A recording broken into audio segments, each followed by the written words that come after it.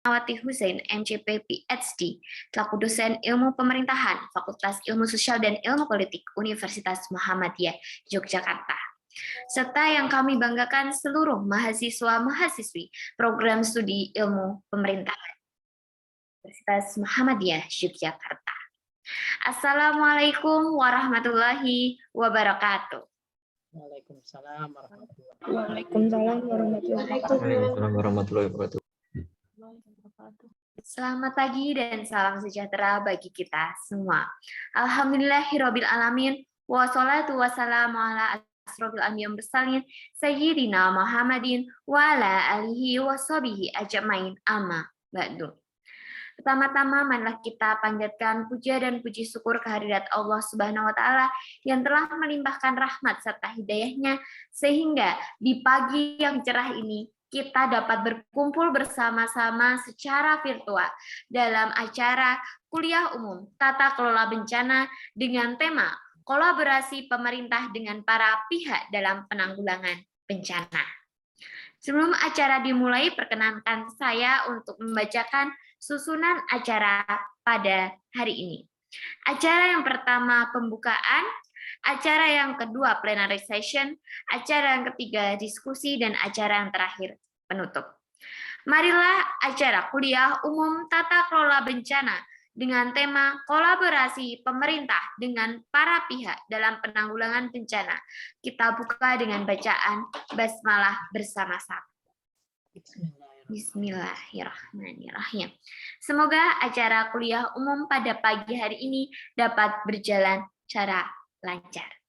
Baik, mahasiswa sekalian, kita akan memulai kuliah umum kita pada hari ini dengan tema kolaborasi pemerintah dengan para pihak dalam penanggulangan bencana. Seperti yang kita ketahui bahwasannya sebelumnya kita sudah mempelajari terkait dengan teori-teorinya terkait dengan kolaborasi pemerintah dengan para pihak dalam penanggulangan bencana. Untuk itu, kita langsung saja menyimak kuliah umum dari ahlinya langsung, yaitu Bapak Dr. Lili dari BNPB, dan nantinya kuliah umum ini, diskusi ini akan dimoderatori langsung oleh Ibu Rahmawati Hussein.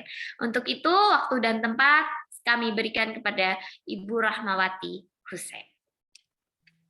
Terima kasih Mbak Vindi. Bismillahirrahmanirrahim. Assalamualaikum warahmatullahi wabarakatuh.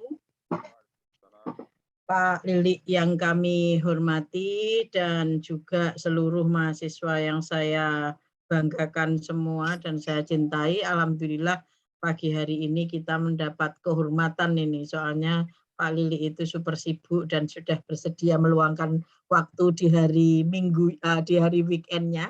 Kalau di UMY Sabtu masuk Pak Lili, jadi ini kita bersyukur karena Pak Lili menyediakan waktu di hari weekendnya untuk UMY. Dan kalau bagi yang belum kenal, ini Pak Lili ini menjadi sestama, itu seperti sekjen di dalam kementerian. Sebelumnya Pak Lili juga di deputi bidang kesiapsiagaan dan sudah lama di direktur yang menangani pengurangan risiko bencana. Dan kita berharap karena Pak Lili ini sudah lama di BNPB, dari zaman BNPB berdiri hingga sekarang, ini beliau yang selama ini bekerja sama dengan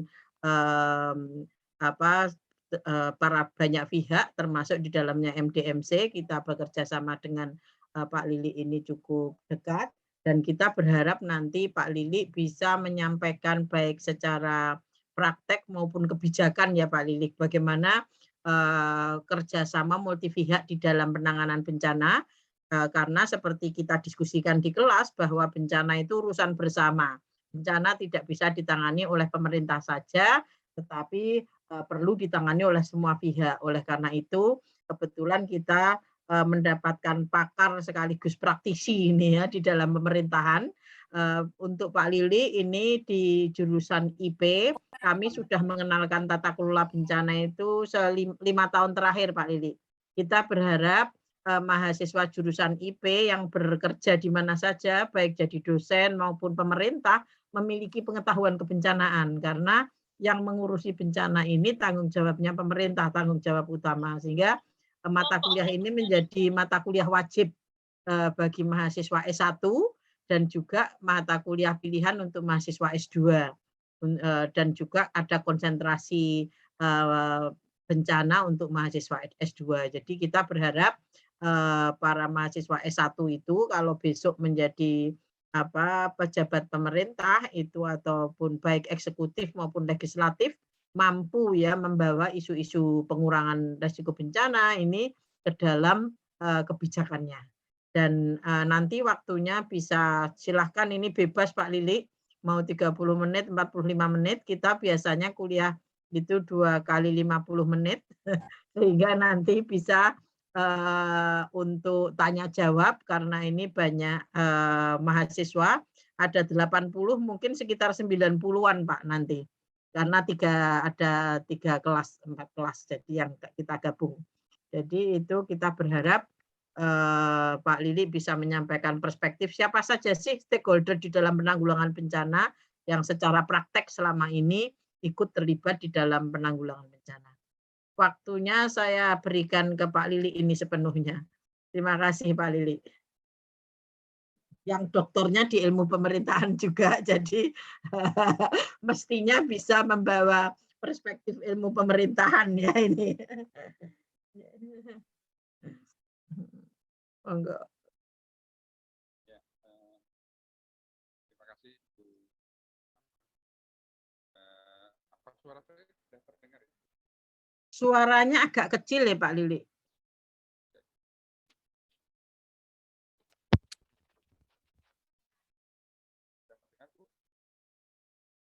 Tidak terdengar malah sekarang. Atau mungkin malah nggak pakai headset ya? Kalau tanpa headset seperti ini? Malah jelas Pak Lili. Malah jelas ya. Baik, ternyata headset tidak membantu malah. Baik, saya izin langsung paparan aja ya. Oh ya, monggo. Sudah bisa saya langsung share screen toh? Ya, oke, saya share screen. Semoga bisa terlihat. Sudah terlihat kok Pak Lili. Tapi kok kayak terpotong ya sebentar. Ya, sebentar.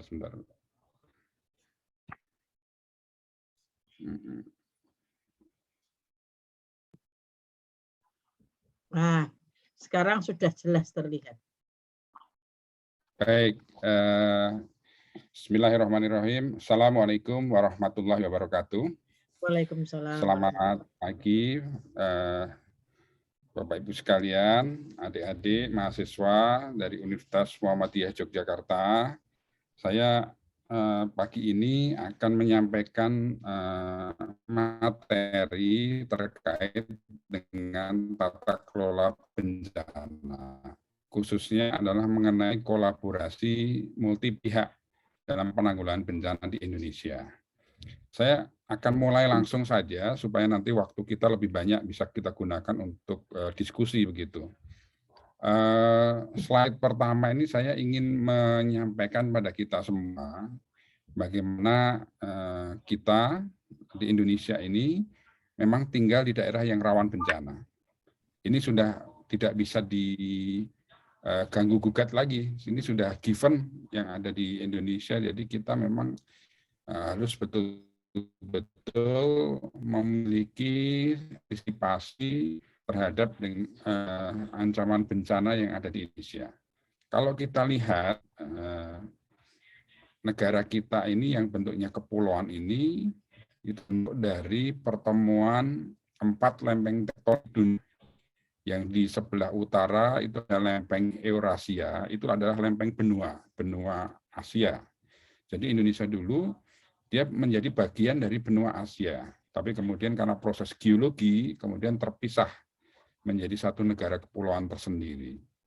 Di sebelah selatan itu ada lempeng Australia, atau orang lebih menyebut lempeng Hindia Australia. Kemudian yang ada di sebelah utara itu ada lempeng, sebelah timur itu ada lempeng Pasifik, lempeng Samudra, dan lempeng Filipina yang kecil, tidak terlalu terlihat, tetapi itu sangat berpengaruh terhadap kejadian vulkanik, kejadian gempa bumi di Indonesia. Nah, kemudian karena negara kita adalah negara kepulauan yang ada di Khatulistiwa, maka negara kita juga rentan terhadap masalah perubahan iklim. Perubahan iklim yang kemudian bertemu dengan lingkungan yang rusak, ya, ini menyebabkan kita sangat rentan terhadap bencana-bencana yang kaitannya dengan hidrometeorologi. Hidrometeorologi itu adalah bencana yang terkait dengan iklim dan cuaca. Pada musim hujan kita mengalami banjir, banjir bandang, tanah longsor, dan sebagainya. Pada musim kemarau kita mengalami kekeringan, kemudian juga kebakaran hutan dan sebagainya. Jadi udah lengkap lah apa yang bencana yang ada di Indonesia itu hampir semuanya ada, ya.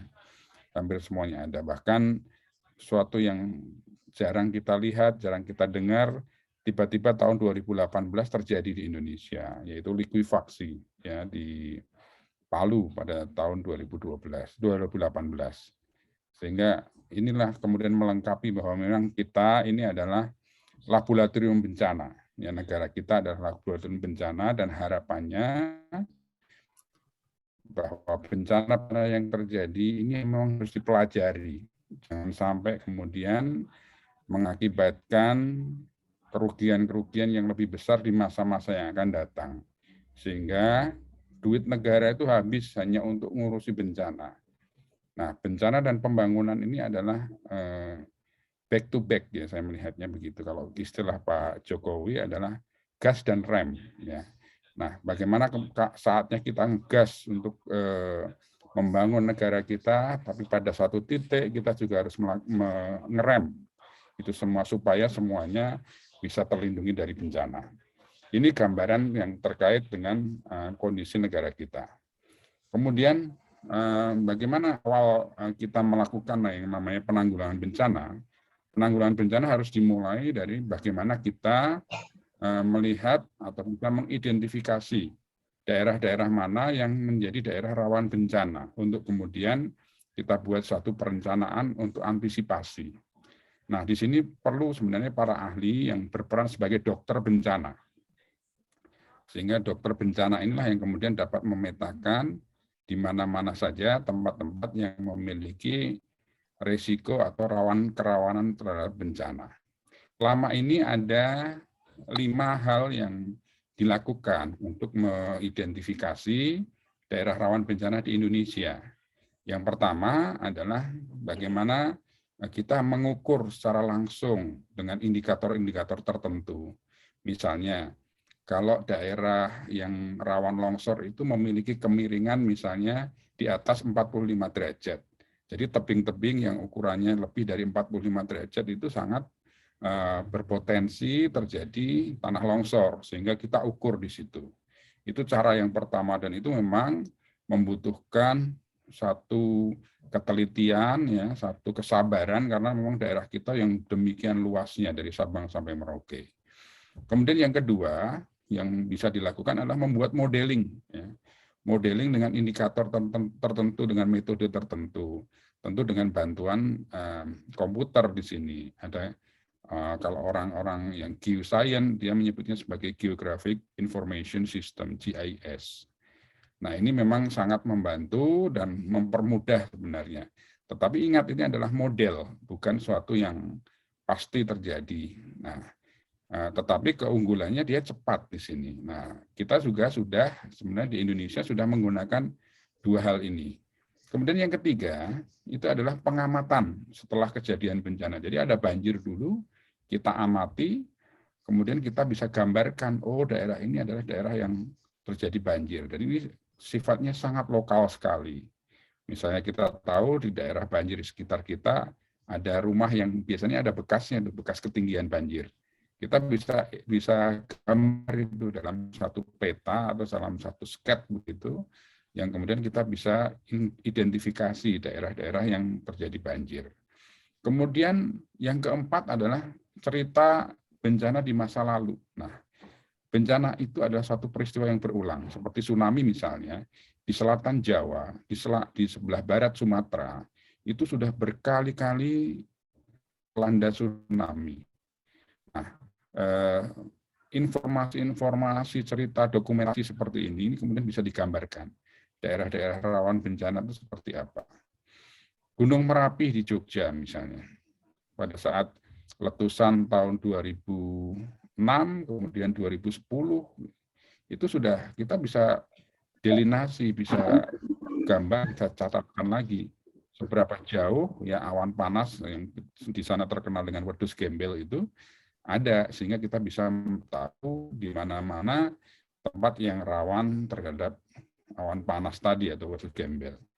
Kemudian yang terakhir adalah ilmu Titan. Nah, ini ilmu Titan adalah bagaimana kita mengidentifikasi dengan membuat dari berdasarkan pengalaman-pengalaman yang ada. Jadi melihat, oh kalau ada getaran seperti ini, apa yang dilakukan. Jadi hampir semua wilayah di Indonesia itu ada catatan-catatan terkait dengan ilmu Titan ini. Dan kearifan lokal sangat berpengaruh di sini. Sehingga betul-betul semua cara ini bisa digunakan untuk mengidentifikasi di mana-mana di sekitar tempat tinggal kita atau daerah kita yang betul-betul rawan bencana. Nah, BNPB itu sudah mengkompilasi berdasarkan semua indikator ini ke dalam satu peta, yaitu yang kita sebut sebagai peta risiko bencana Indonesia. Nah, ternyata dari peta risiko bencana di Indonesia ini kita tampalkan dengan kita overlapkan, kita gabungkan ya dengan batas administrasi baik kabupaten kota di Indonesia, ternyata memang kenyataannya tidak ada satupun kabupaten kota di Indonesia yang betul-betul bebas dari ancaman bencana. Bahkan ada satu kabupaten yang ancamannya lebih dari 6 ancaman bencana. Ya ada tsunami-nya, ada gempanya, ya ada banjirnya, ada banjir bandangnya, ada cuaca ekstrim, mungkin ada juga letusan gunung api dan sebagainya. Ini semua adalah ancaman-ancaman bencana yang memang harus kita identifikasi dari awal pada saat, dan itu dimulai pada saat kita bicara mengenai penanggulangan bencana. Baik, BNPB mencoba mempermudah ya, informasi-informasi daerah-daerah rawan bencana tadi dalam satu aplikasi yang kita sebut sebagai Inaris. Ya.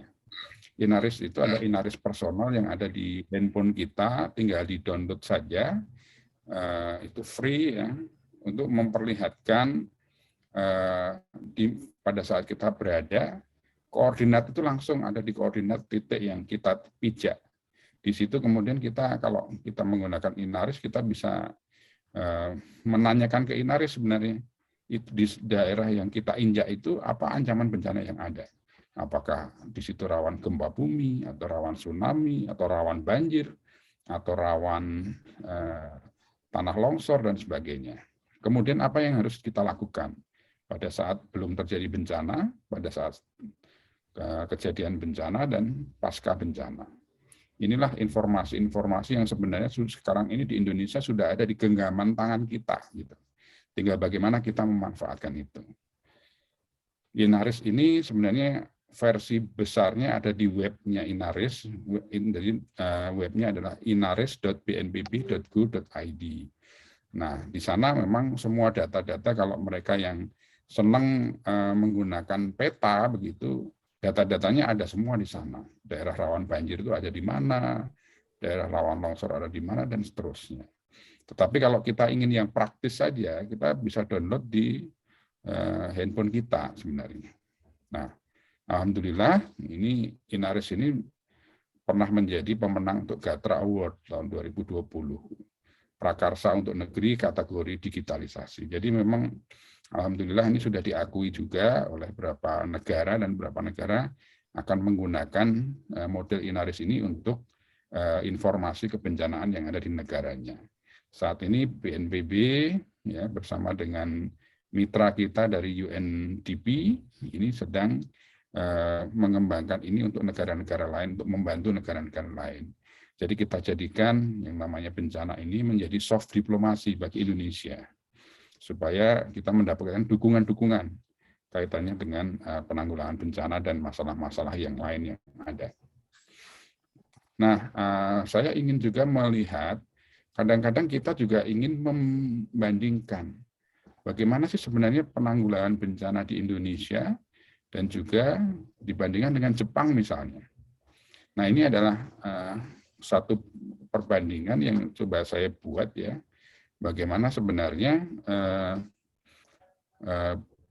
Indonesia dan Jepang ini memiliki satu ancaman bencana yang kurang lebih sama, similar, baik secara geografi maupun geologi untuk kondisi-kondisi yang ada di daerahnya. Hanya saja untuk budaya sadar bencana atau kesadaran akan bencana itu berbeda. Jepang pertama kali mereka sadar akan bencana setelah terjadinya taifun di Teluk Ise di Jepang yang kemudian menewaskan pada saat itu tahun 1959 ada 5.098 orang yang meninggal karena taifun di Jepang. Nah, 2 tahun setelah itu Jepang membuat namanya Undang-Undang Penanggulangan Bencana yang ada di Jepang. Kemudian berikutnya di tahun 1995 itu adalah kesadaran Jepang yang kedua, yaitu dimulai dari terjadinya gempa bumi di kota Kobe yang kemudian meluluh lantakkan kota Kobe, tetapi dengan kejadian kota Kobe ini kesadarannya muncul lagi bahwa bagaimana penguatan pada diri sendiri dan komunitas lokal itu menjadi satu faktor yang penting. Nah, ini dilihat dari salah satunya adalah hasil survei yang dilakukan di kota Kobe setelah gempa bumi yang namanya Great Hanshin Earthquake tahun 1995, di mana dalam survei itu yang dilakukan oleh pemerintah Jepang, mereka yang selamat itu ternyata lebih dari 95% itu karena diri sendiri dan orang-orang di sekitarnya. Bukan menunggu orang-orang dari luar daerah yang datang membantu di situ. Karena semua sudah terlambat. Jadi nanti kalau kita bicara mengenai situasi darurat, itu bicara mengenai fungsi dari waktu. Makin cepat banyak yang datang untuk membantu, itu makin banyak yang selamat. Makanya di Indonesia sekarang kita gunakan bagaimana penguatan komunitas lokal itu menjadi suatu hal yang sangat penting.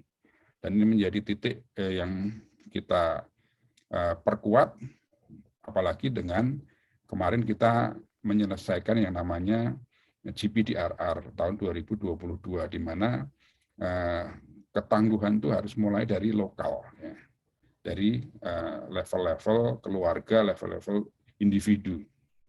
Di Jepang ada penyadaran yang ketiga, yaitu tahun 2011, di mana pada tahun itu, kalau kita ingat, terjadi gempa bumi dan tsunami di kota Sendai di Jepang. Tentu banyak korban yang meninggal di sana. Nah, kesadaran itu mengakibatkan di Jepang sudah mulai investasi pembangunan harus berbasis pada pengurangan risiko bencana. Jadi gedung-gedung yang tinggi yang ada di daerah rawan gempa bumi itu dibangun dengan investasi yang cukup besar. Besi-besinya harus kuat menahan gempa bumi skala 9 misalnya. Nah, inilah yang kemudian dilakukan oleh pemerintah Jepang. Sehingga mereka tidak lagi ya membangun itu yang ecek-ecek aja, yang rentan, yang rapuh begitu. Karena mereka sudah yakin bahwa cara mereka membangun gedung adalah investasi buat mereka. Nah, bagaimana dengan di Indonesia? Di Indonesia, kita baru sekali mengalami penyadaran terkait dengan bencana, yaitu setelah kejadian gempa bumi dan tsunami yang ada di Aceh dan Sumatera Utara 26 Desember 2004. Kita butuh waktu 3 tahun untuk kemudian DPR RI dengan didukung oleh kawan-kawan dari komunitas, dari masyarakat, mengeluarkan Undang-Undang Nomor 24 Tahun 2007 mengenai penanggulangan bencana. Ini adalah undang-undang pertama mengenai penanggulangan bencana, dan 1 tahun setelah itu, 2008, sebagai kelembagaannya lahirlah BNPB, Badan Nasional Penanggulangan Bencana. Kemudian di tahun 2018, itu ada satu peristiwa sebenarnya, 3 rentetan peristiwa yang sebenarnya tidak umum ya, dalam konteks bencana.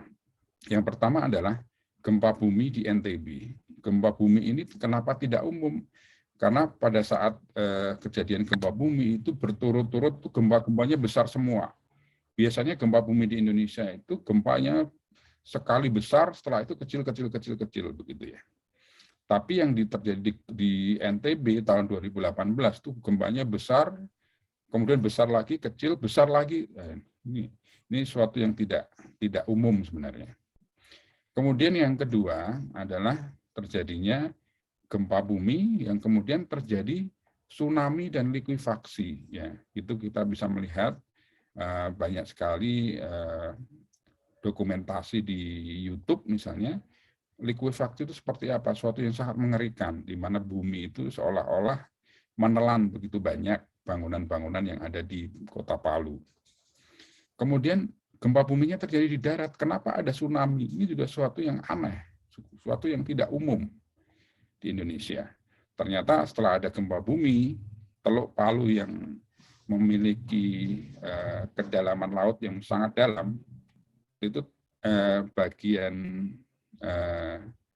pulaunya itu terjadi longsoran yang kemudian mengakibatkan tsunami. Karena berada di teluk, maka amplifikasinya sangat besar di situ, sehingga makin tinggi dan kemudian mengakibatkan banyak masyarakat kita jadi korban.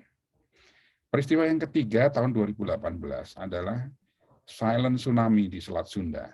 Hari itu adalah tanggal 22 Desember, saya ingat, hari Ibu, malam Minggu ya, bulan purnama begitu. Tiba-tiba mereka yang ada di sekitar Selat Sunda di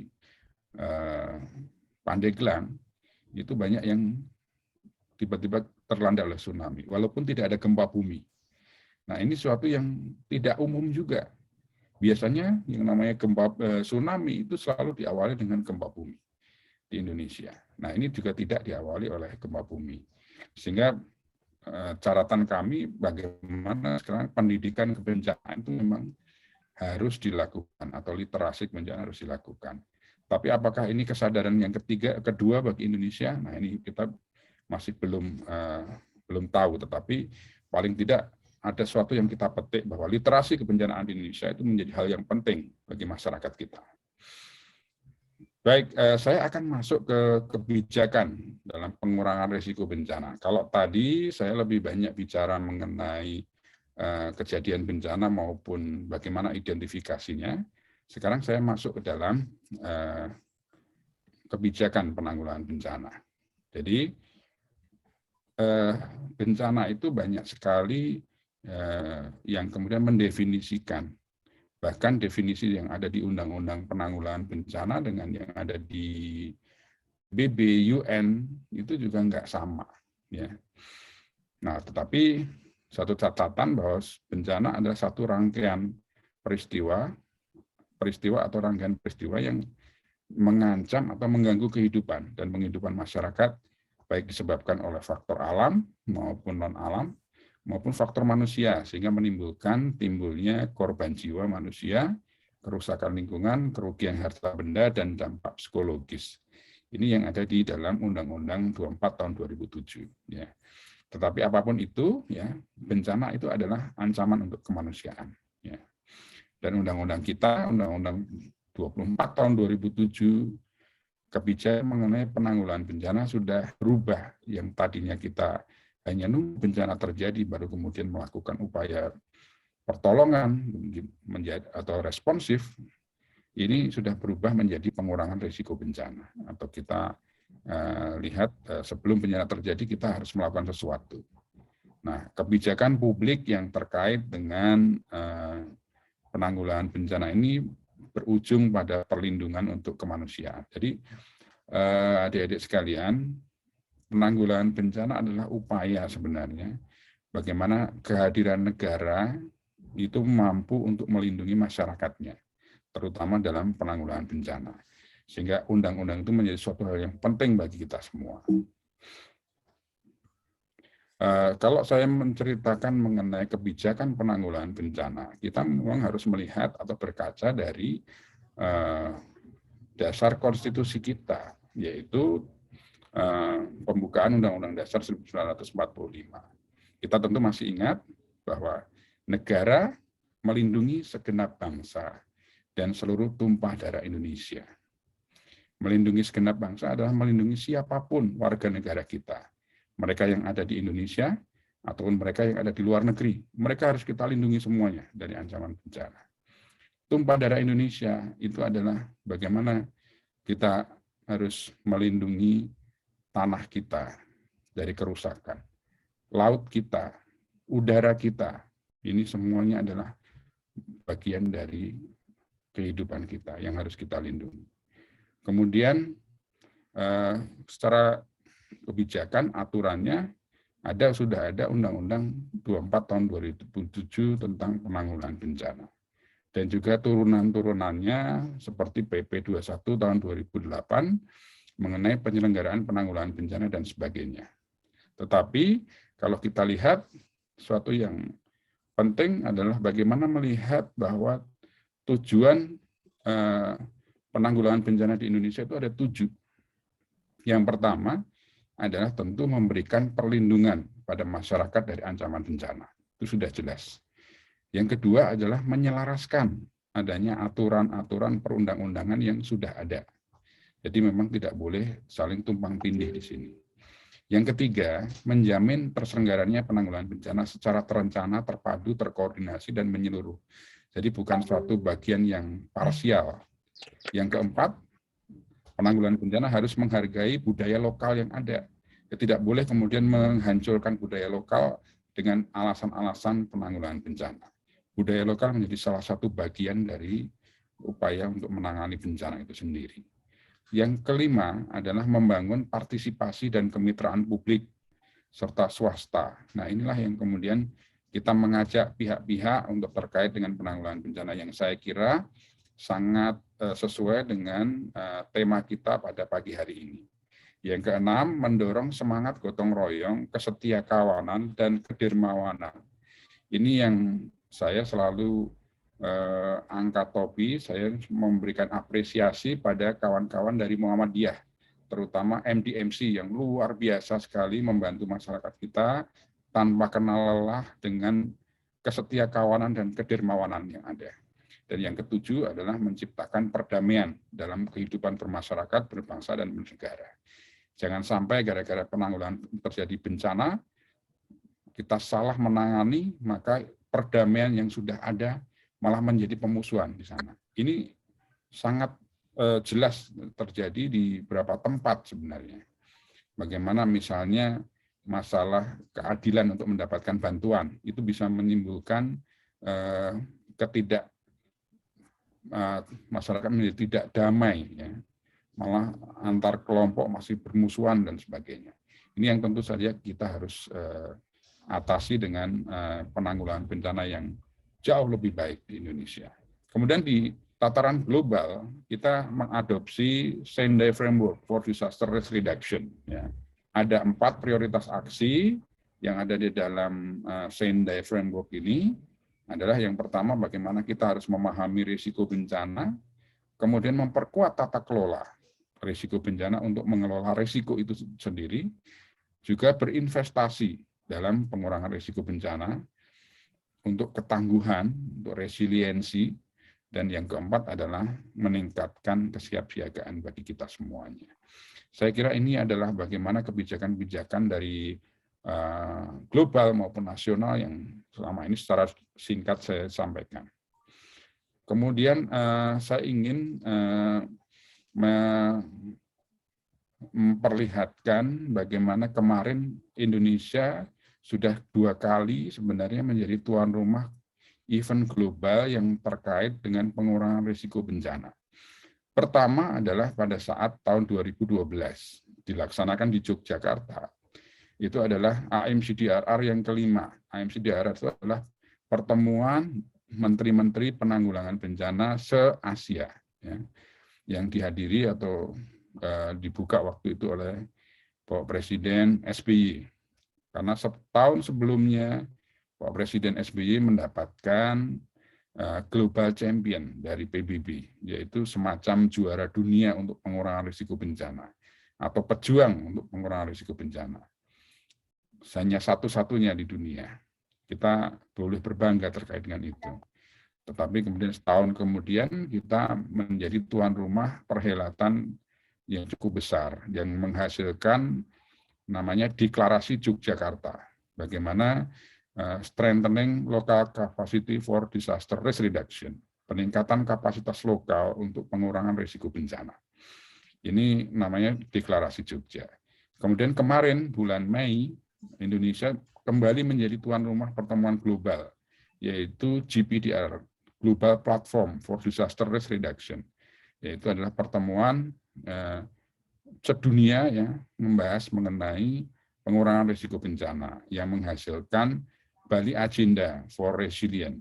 Nah, dalam sambutannya bahwa Presiden kita Pak Jokowi menyampaikan konsep mengenai resiliensi berkelanjutan.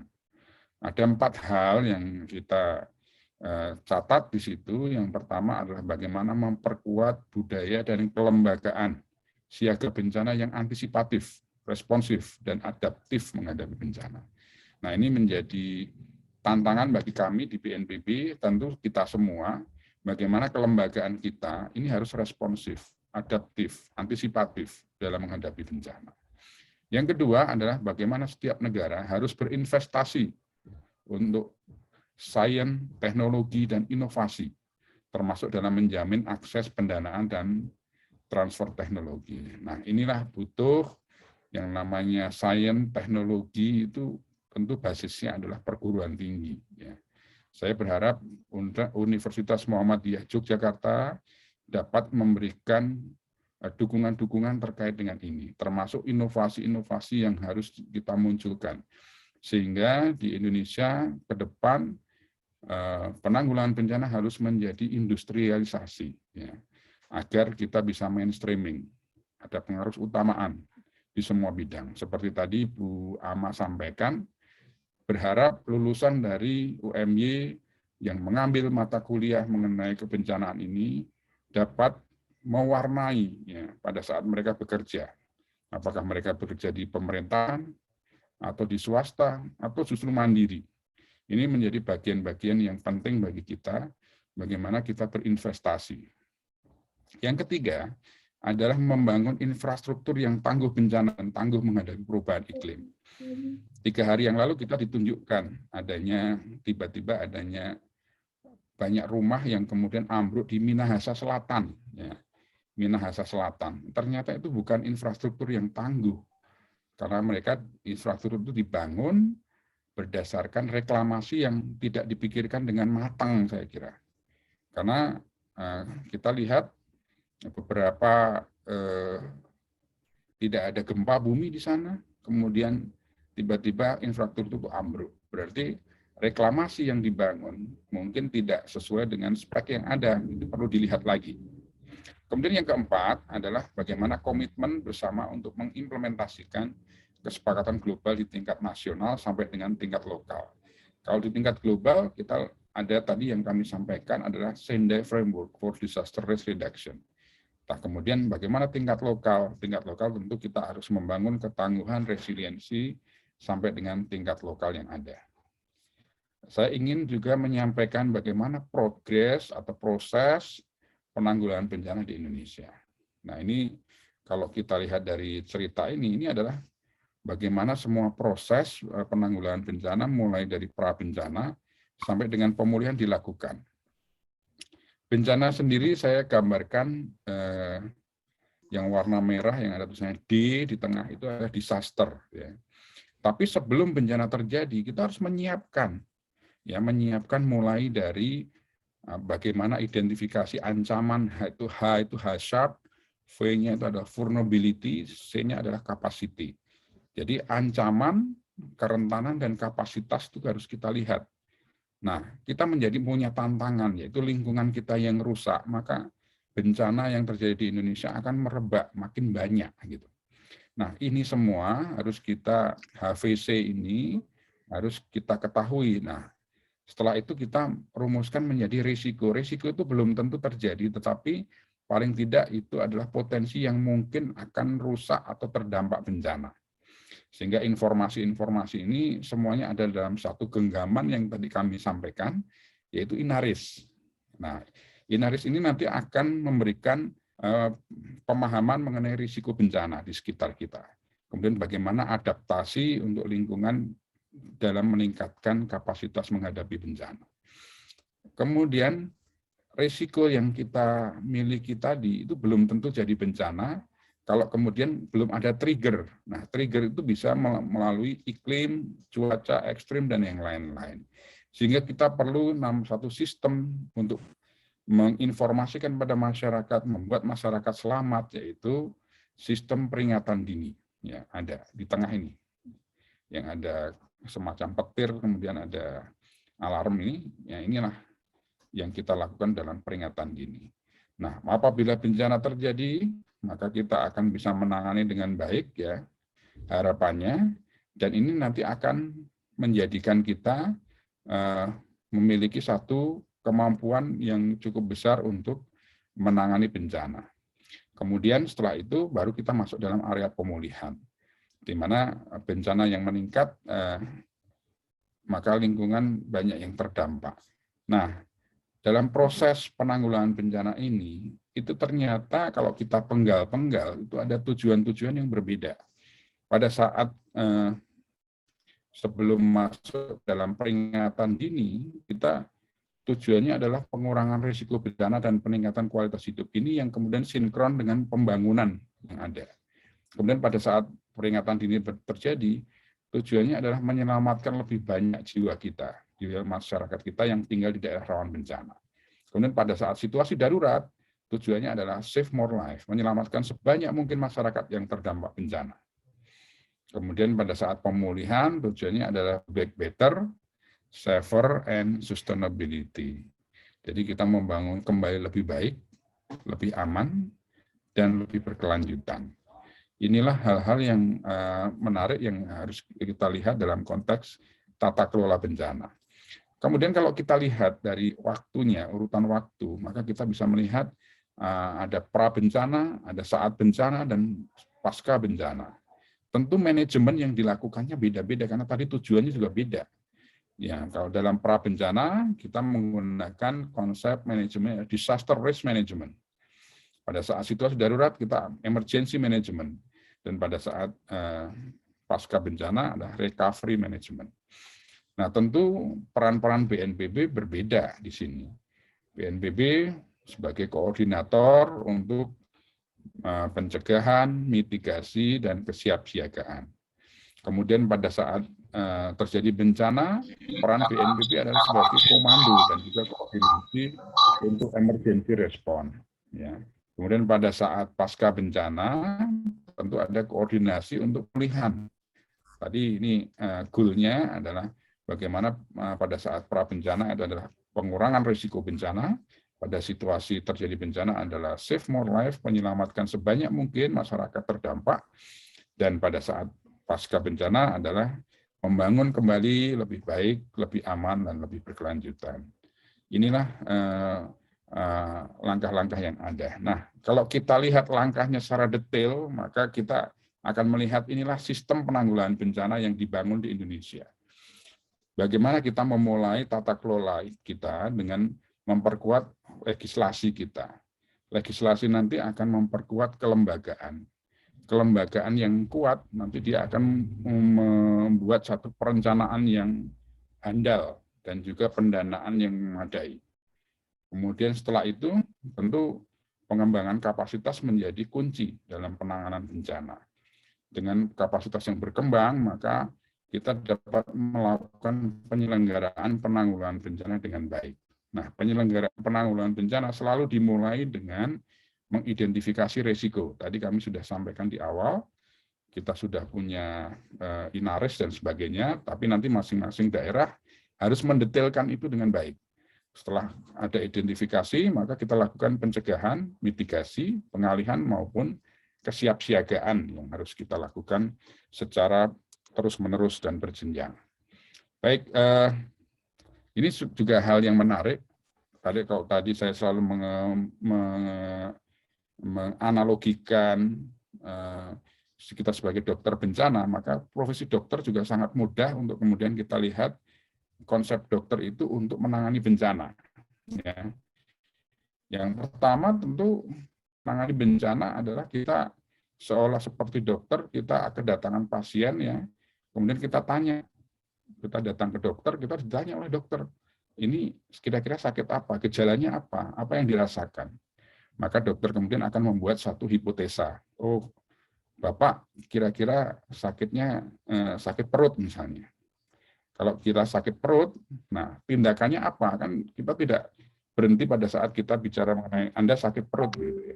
Harus diberikan obat oleh dokter itu. Atau ada tindakan lain, misalnya sampai yang paling ekstrim adalah operasi misalnya. Nah, inilah yang kemudian dilakukan. Di bencana juga sama. Kalau kita sudah tahu daerah itu berisiko tinggi, maka yang obatnya adalah pencegahan, mitigasi, pengalihan maupun kesiapsiagaan. Nah, setelah dikasih obat oleh dokter, dia akan melihat lagi, dimonitoring oleh dokter itu. Sama dengan kita, di bencana juga sama. Setelah kita lakukan intervensi tadi, harus ada monitoring evaluasi yang kita lakukan. Sehingga kita lihat apa yang dilakukan dalam penanggulangan bencana itu ada tiga pencegahan dan satu peningkatan kapasitas. Yang pertama adalah mencegah terjadinya bencana atau ancaman bencana. Yang pertama dilihat adalah ancamannya, inilah fungsi pencegahan. Kemudian yang kedua adalah mencegah ancaman bencana itu jangan sampai bertemu dengan masyarakat maupun hasil pembangunan. Kalau ada tsunami di pulau kecil di Indonesia yang tidak ada orangnya, kita tidak menyebut bencana, itu hanya peristiwa alam belaka. Nah, kalau dia ada manusianya, kemudian banyak yang meninggal, banyak bangunan yang rusak maupun hasil pembangunan yang rusak, baru kita katakan bencana. Jadi sebelum ada bangunan rusak atau orang yang meninggal, kalau dia hanya terjadi di hutan aja, banjir terjadi di hutan yang nggak ada orangnya, kita hanya peristiwa alam biasa. Nah, kemudian yang ketiga adalah pencegahan, jangan sampai terjadi korban jiwa. Ini adalah kesiapsiagaan. Tapi dari tiga hal pencegahan ini yang paling penting bagi kita adalah bagaimana peningkatan kualitas hidup masyarakat itu dilakukan. Karena inilah irisan dengan pembangunan yang selama ini sering kita dengar begitu. Nah, terkait dengan peringatan dini, ini sebelum nanti kita masuk ke kolaborasi multi pihak, tentu saya ingin menyampaikan mengenai sistem peringatan dini. Jadi sistem peringatan dini itu bukan hanya bicara mengenai sirine, karena selama ini banyak orang yang salah kaprah bahwa yang namanya sistem peringatan dini itu hanya sirine saja, bukan itu. Jadi sistem peringatan itu ada satu sistem, di mana ada 4 kuadran yang harus dilakukan secara simultan, secara bertahap. Yang pertama, langkah pertama adalah bagaimana memahami mengenai risiko bencana. Itu intinya adalah pemetaan bahaya dan identifikasi risiko yang tadi kami sampaikan di awal.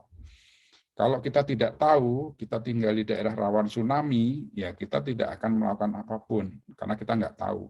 Tetapi kalau kita tahu, maka kita bisa merencanakan, membuat satu langkah-langkah, satu ikhtiar untuk menyelamatkan kita dan keluarga kita dari ancaman tsunami. Kita harus tahu dulu apa ancaman yang ada di sekitar kita. Kemudian pemerintah melakukan pengamatan dan analisis data yang kaitannya dengan ancaman tadi.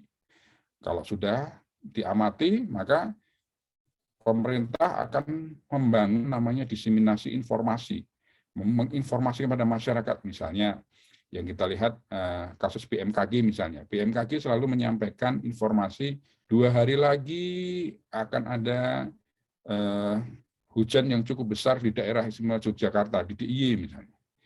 Tapi kita kan nggak tahu di DIY sebelah mana, kemudian apa yang kaitannya dengan bencana. Nah, tentu kita juga harus melihat daerah-daerah rawan bencana di DIY itu di mana aja. Nah, itu yang kemudian kita harus waspadai.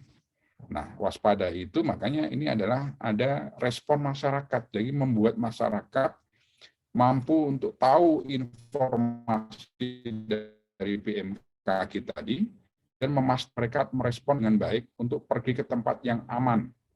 Jadi kalau kasusnya tsunami sudah ada informasi awas mau ada tsunami ya. Masyarakat bisa bergerak untuk pergi ke tempat yang aman. Tempat aman kemana? Ke tempat yang lebih tinggi ya, lebih tinggi, menjauh dari pantai, tempat yang lebih tinggi sehingga mereka selamat.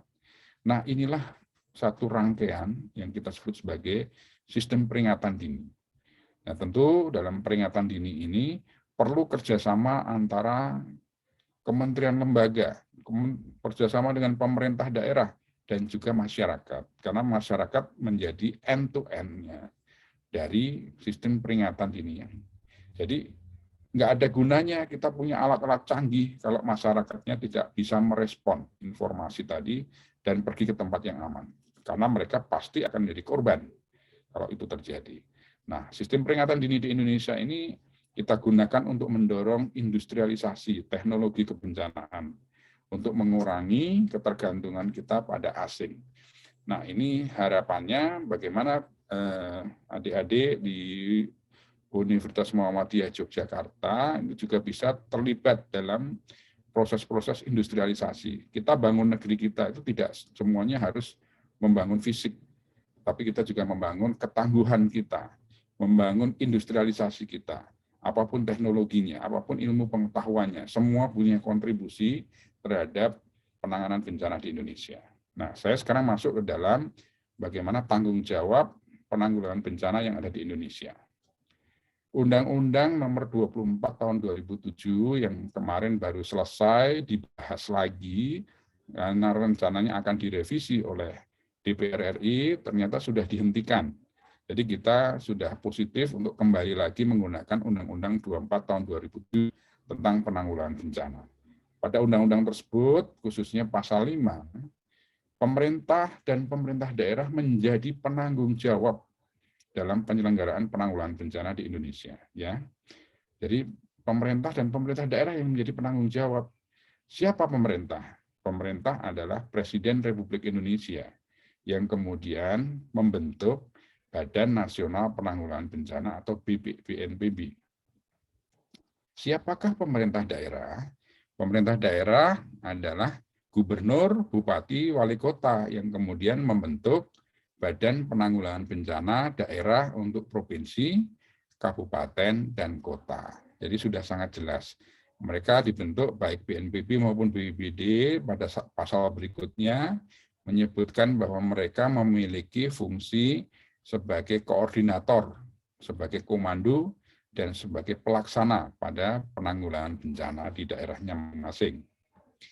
Nah, kalau kita lihat dari undang-undang itu, maka kita bisa melihat bagaimana flow-nya. Tadi saya sudah sebutkan di slide sebelumnya, bahwa kita mulai dari pra-bencana, saat bencana, dan pasca bencana, yang masing-masing punya tujuan yang berbeda-beda.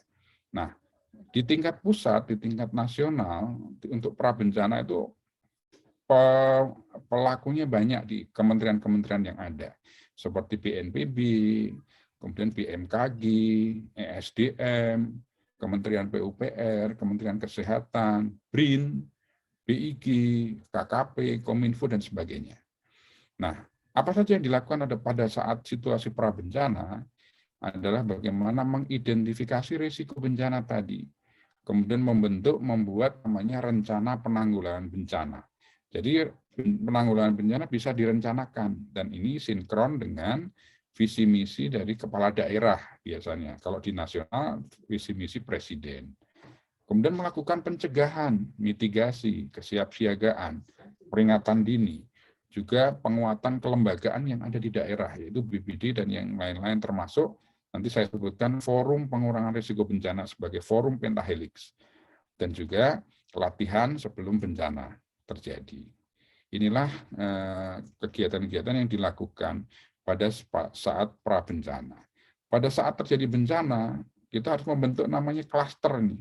Klaster ini harus kita aktifkan, mulai dari pencarian, pengungsian, logistik peralatan, kemudian sarana prasarana, pendidikan, kesehatan, ekonomi, pemulihan dini, keamanan, bahaya ikutan, dan juga informasi. Nah, kita tahu dalam satu area-area setiap terjadi bencana itu muncul pengungsian. Nah, harus ada satu klaster yang khusus mengurusi mengenai pengungsian. Dalam bencana ada yang hilang, harus ada yang mencari, dan harus punya keahlian tersendiri. Dia tidak bisa mencari hanya sekedar karena semangat ikut mencari saja. Dia harus diberikan keahlian untuk atau kompetensi untuk ikut mencari. Jangan sampai dia malah menjadi korban. Untuk menangani misalnya rumah sakit yang rusak misalnya, harus ada klaster kesehatan yang menangani itu. Karena tidak semuanya bisa menangani kesehatan sesuai dengan aturan yang ada. Dan seterusnya. Ya. Di sini di tingkat nasional ada Basmas, ada Kementerian Sosial, ada BNPB, Kementerian PUPR, Kementerian Pendidikan, Kementerian Kesehatan, TNI, Polri, dan lain-lain. Jadi memang banyak yang terlibat di sini. Kemudian kalau dilihat dari pasca bencana, hampir semua kementerian lembaga terkait dengan pembangunan kembali itu yang kemudian ada di sana. Biasanya yang paling menonjol adalah PUPR. Jadi di pasca bencana itu mulai dari pemulihan fisik, non-fisik, ekonomi, sosial, dan sebagainya, juga termasuk pemulihan lingkungan. Nah, bagaimana peran masyarakat, perguruan tinggi, pakar, dan lembaga usaha, media itu dilakukan? Ini mengikuti dari proses pra, saat, dan pasca tadi. Jadi untuk saat bencana, masyarakat atau perguruan tinggi bisa masuk dalam klaster yang memang menjadi domain mereka. Ya, jadi bisa dilakukan di sana. Saya ingin meneruskan lagi bagaimana pemerintah daerah bertanggung jawab dalam penanggulangan bencana. Ya. Dalam konteks pemerintah daerah, sudah dibuat namanya Peraturan Menteri Dalam Negeri Nomor 101 Tahun 2018. Ada 3 layanan yang harus diberikan oleh Bupati Wali Kota. Ya.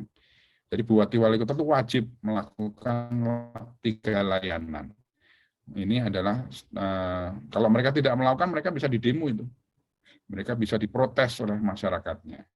Karena adalah standar pelayanan minimal yang harus dilakukan. Yang pertama adalah layanan informasi daerah rawan bencana. Kemudian yang kedua, layanan untuk melakukan pencegahan dan kesiapsiagaan terhadap bencana. Dan ketiga adalah layanan terhadap penyelamatan dan evakuasi korban bencana pada situasi terjadi bencana. Mari kita lihat satu persatu. Pada layanan informasi rawan bencana, setiap kabupaten kota harus menyusun kajian risiko bencana yang ada di kabupaten kota. Kalau di kabupaten kota itu misalnya Kabupaten Bantul misalnya, itu ada 6 ancaman bencana. Maka dia harus membuat peta risiko bencana untuk 6 ancaman bencana tadi. Ya.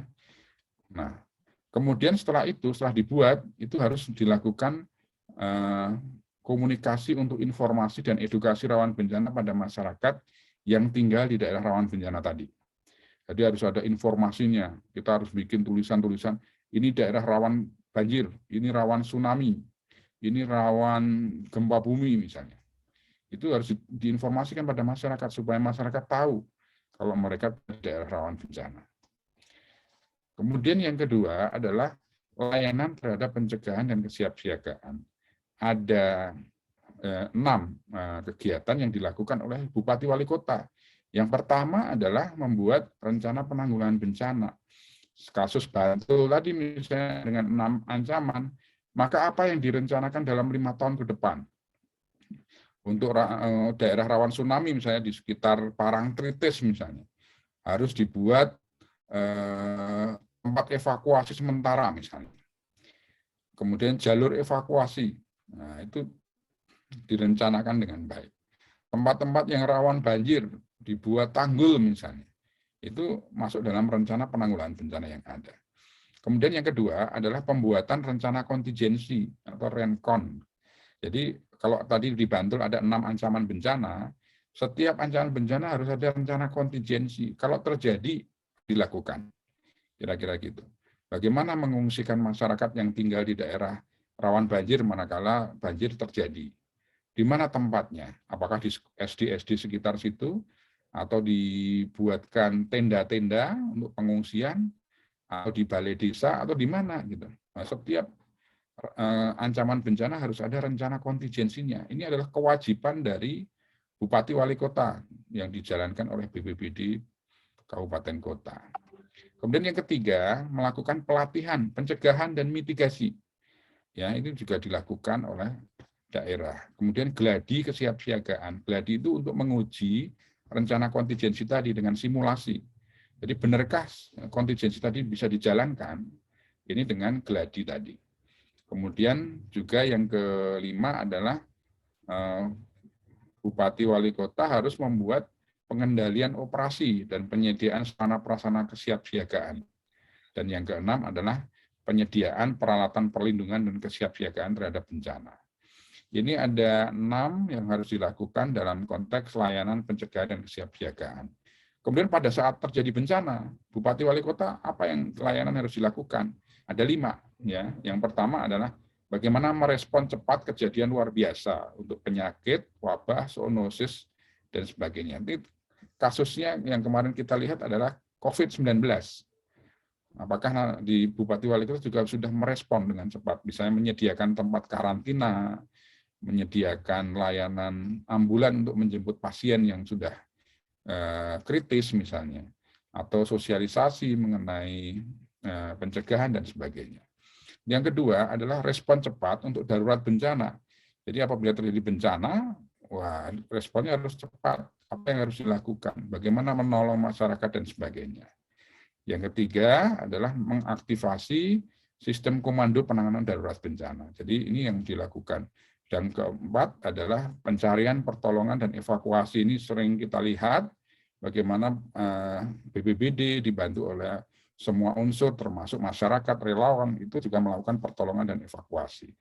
Kemudian yang kelima adalah pemenuhan kebutuhan dasar korban bencana. Kalau mereka di pengungsian harus diberi makan, harus diberikan tempat yang layak, dan sebagainya, supaya mereka tidak sakit, kemudian tidak stres, dan sebagainya. Ini adalah kaitannya dengan layanan-layanan tadi. Nah, sekarang saya masuk dalam kolaborasi, seperti dalam yang sudah diminta. Semoga saya tidak lama lagi. Bu Ama, saya masih punya waktu berapa lama lagi, Bu Ama? Boleh, monggo, masih 15 sampai 20 menit, nggak apa-apa. Oke, baik.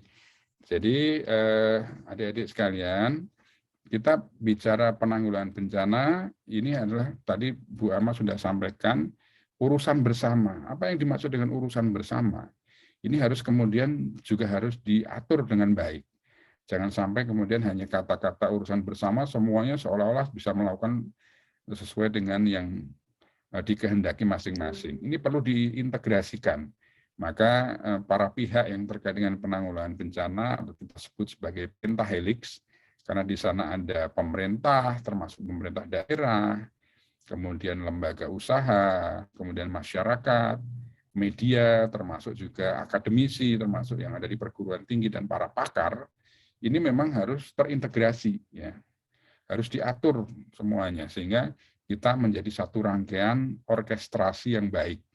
Kalau kita grup band misalnya, ada yang pegang drum, pegang gitar, pegang trompet misalnya, itu harus diatur dengan baik sehingga nanti bunyinya juga akan baik. Nah, inilah penanggulangan bencana mirip dengan itu. Kita harus terintegrasi dengan baik. Nah, untuk kelembagaan pentahelix di daerah, kita menyebutnya sebagai Forum Pengurangan Risiko Bencana. Jadi BNPB mendorong baik provinsi maupun kabupaten kota untuk membuat namanya Forum Pengurangan Risiko Bencana. Nanti saya akan jelaskan Forum Pengurangan Risiko Bencana seperti apa. Kemudian untuk lembaga usaha, itu di tingkat nasional sudah ada namanya Forlubbi, yaitu Forum Lembaga Usaha untuk Penanggulangan Bencana di Indonesia. Ini isinya adalah perusahaan-perusahaan, lembaga-lembaga usaha yang ada di Indonesia. Kemudian masyarakat, untuk masyarakat dibentuklah relawan-relawan, ormas, NGO, INGO, dan sebagainya. Kemudian untuk akademisi, itu ada forum perguruan tinggi untuk pengurangan risiko bencana sebagai wadah untuk perguruan tinggi membuat program-program untuk pengurangan risiko bencana. Untuk para pakar, untuk individu, dibentuklah Ikatan Ahli Bencana Indonesia, IABI. Kemudian untuk media, kita membentuk namanya WAPENA, Wartawan Peduli Bencana. Nah, ini 5 hal ini yang kemudian kita orkestrasi dengan baik untuk melaksanakan fungsi-fungsi pentahelik yang terintegrasi tadi. Sehingga kita sudah harus mulai beranjak dari kolaborasi menjadi interconnectivity dan yang ujungnya adalah big data yang dilakukan. Ini adalah hal-hal besar yang dilakukan dalam konteks integrasi tadi. Nah, saya ingin menyampaikan mengenai forum pengurangan risiko bencana yang tadi kami sampaikan. Jadi forum pengurangan risiko bencana ini ada di provinsi maupun kabupaten kota. Yang misinya adalah memastikan ya bahwa pembangunan yang terjadi di daerah, yang dilakukan di daerah, ini harus berbasis pada pengurangan risiko bencana. Kan saya tadi di awal sampaikan, ini adalah gas dan rem. Pembangunan yang terlalu maju dikhawatirkan akan membawa dampak, yaitu bencana di masa yang akan datang. Tanpa gas dan tanpa rem terutama, semua sumber daya alam dibabatin dengan baik, dengan habis-habisan begitu, maka tidak ada lagi sumber daya alam yang bisa bertahan untuk resiliensi ke depan. Kemudian forum pengurangan risiko bencana adalah wujud dari partisipasi masyarakat dalam penanggulangan bencana di Indonesia. Jadi ini yang kita sebut tadi bencana urusan bersama, pentahelix. Forum pengurangan risiko bencana adalah mitra dari BPBD, baik provinsi, kabupaten, kota. Sehingga bukan saingan dari BPBD, bahkan jadi mitranya. Ya. Jadi adik-adik sekalian, forum ini nanti akan jadi mitra dari BPBD, bukan jadi saingannya.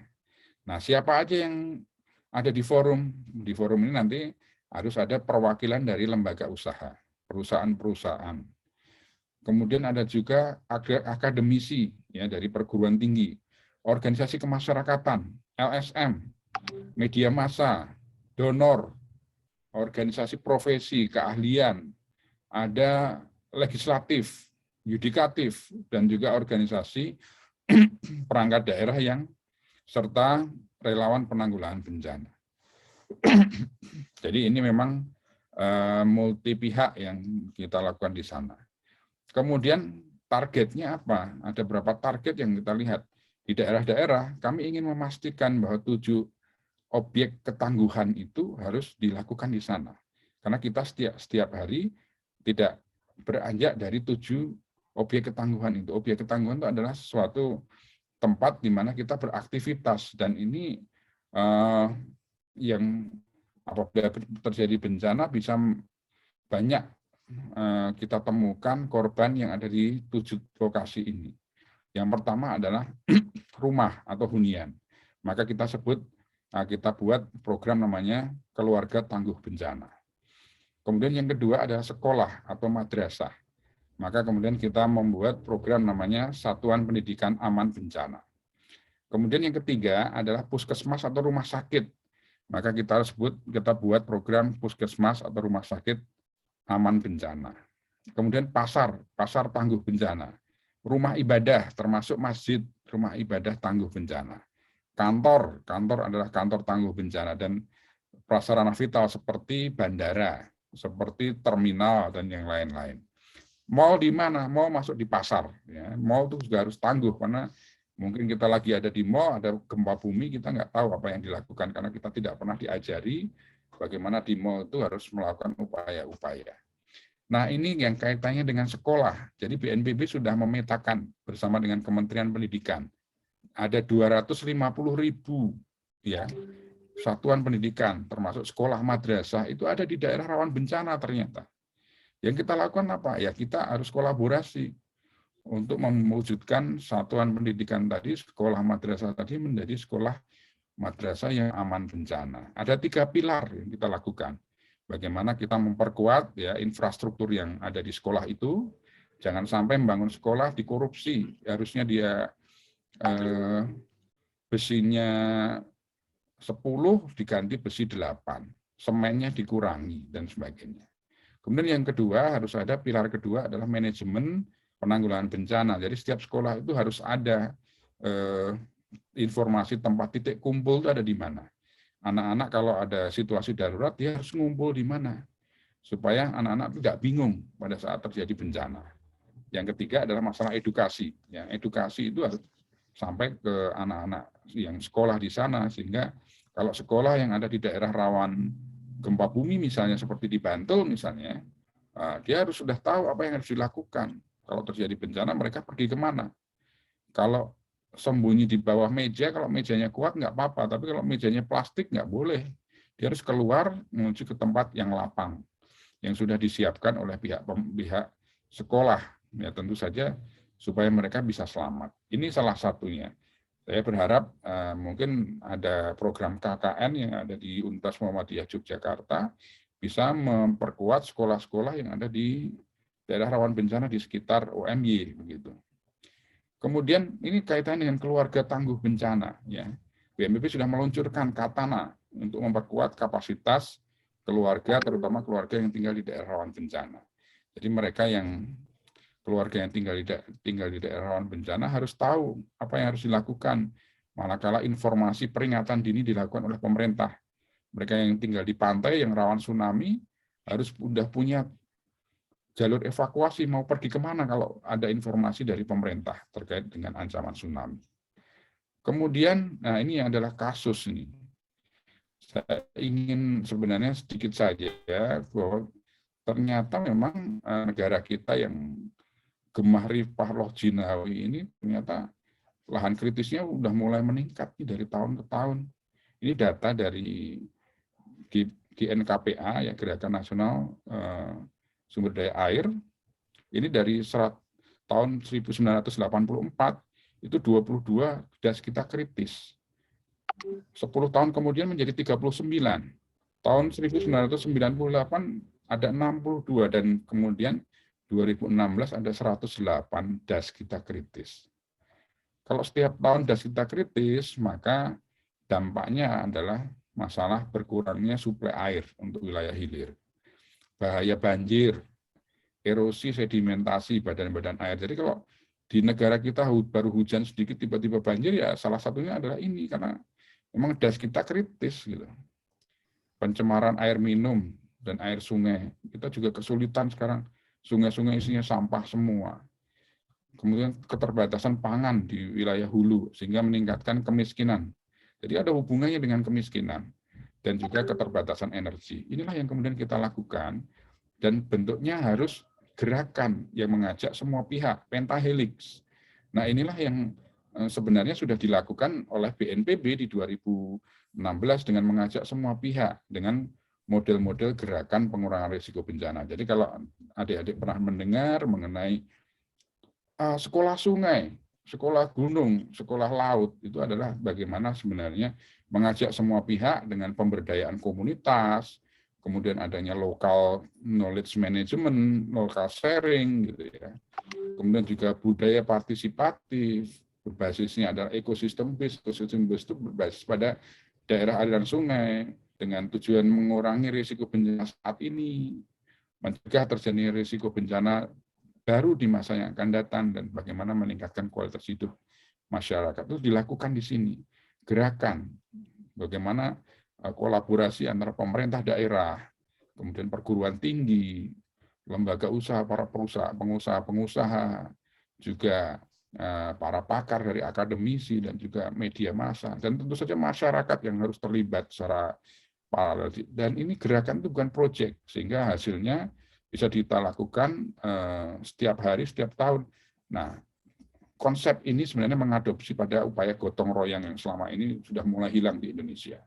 Kemudian ini adalah cerita yang kemarin Bu Ama juga terlibat, bahkan Bu Ama luar biasa sudah membawa presiden datang ke Rumah Residensi Indonesia. Ini adalah bentuk kolaborasi multi pihak yang mengajak semua pihak untuk membangun resiliensi, ketangguhan dengan knowledge sharing dan aksi-aksi komunitas untuk pembelajaran yang baik. Ini dilakukan di Bali, dan pada saat GPDRR yang tadi saya ceritakan tadi, masyarakat berkumpul di sini. Mereka yang tidak bisa masuk memberikan sharing knowledge di acara besar GPDRR, mereka memberikan di sini. Jadi ini adalah bagaimana kolaborasi multi pihak itu terlihat di sini. Nah, terakhir saya tutup pada kuliah umum ini, saya ingin menyampaikan catatan yang tertinggal dari kami di BNPB, bahwa kami di BNPB ini sudah 14 tahun mengabdi, menghasilkan banyak hal yang sifatnya koordinasi, komando maupun pelaksana. Tujuan kami cuma satu, bagaimana melindungi segenap bangsa menjadi prioritas kehadiran negara. Konsep gas dan rem, BNPB lebih banyak konsepnya ada rem untuk pembangunan, bukan berarti kami anti pembangunan, tidak. Tapi bagaimana pembangunan yang dilakukan, jangan sampai kemudian membuat risiko bencana baru yang nantinya akan dinikmati atau kita nikmati oleh anak cucu kita, gitu. Jangan sampai kita mewarisi bencana. Memastikan yang dibangun tidak menimbulkan risiko atau bencana baru, itu yang dilakukan dalam konteks rem tadi. Proses panjang peran BNPB ini tidak bisa dilupakan. Namun meski diperkuat bahwa negara yang hadir saat masyarakat membutuhkan pada saat situasi terjadi bencana. Jadi dukungan-dukungan ini. Nah, kami kemarin sempat akan dikeluarkan dari Undang-Undang Penanggulangan Bencana dan kami dibantu oleh banyak aliansi masyarakat sipil, termasuk DPR, sehingga tidak jadi BNPB dikeluarkan dari Undang-Undang Penanggulangan Bencana. Sehingga kami berharap peristiwa-peristiwa ini tidak kembali lagi mengulang dari awal, karena menangani atau membangun satu budaya sadar bencana itu tidak bisa hanya sekedar mengganti kelembagaan yang baru. Ini konsepnya don't set back to zero itu kita lakukan. Saya kira itu yang bisa saya sampaikan dan saya berharap mahasiswa sebagai agen perubahan, calon pemimpin masa depan Indonesia betul-betul paham, tahu betul mengenai penanggulangan bencana di Indonesia dan pada akhirnya Anda semua akan menjadi pemimpin negara ini yang juga paham mengenai pengurangan risiko bencana dan penanggulangan bencana di Indonesia. Saya kira itu Bu Ama. Terima kasih. Wassalamualaikum warahmatullahi wabarakatuh. Waalaikumsalam warahmatullahi wabarakatuh. Terima kasih sekali nih Pak Lili. Sudah malah merangkumkan apa yang kita bicarakan sepanjang satu semester ini. Dari penjelasan bagaimana ancaman di Indonesia, kemudian tata kelolanya yang sudah disampaikan secara detail dan rinci. Ini memperkuat apa yang kita diskusikan sepanjang satu semester ini, ancaman yang di Indonesia apa saja, bagaimana siapa pelakunya dan penanggung jawabnya. Tadi sudah ditekankan Pak Lili bagaimana proses ya penanggulangan bencana itu tidak hanya sesaat tetapi juga melakukan proses dan keterlibatannya itu banyak pihak.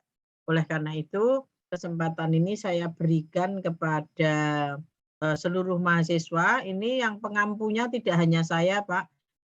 Alhamdulillah di jurusan pemerintahan ini ada 3 dosen yang concern di kebencanaan. Ini yang sudah on videonya Pak Sakir Ridho Wijaya. Ini juga mengampu mata kuliah tata kelola bencana.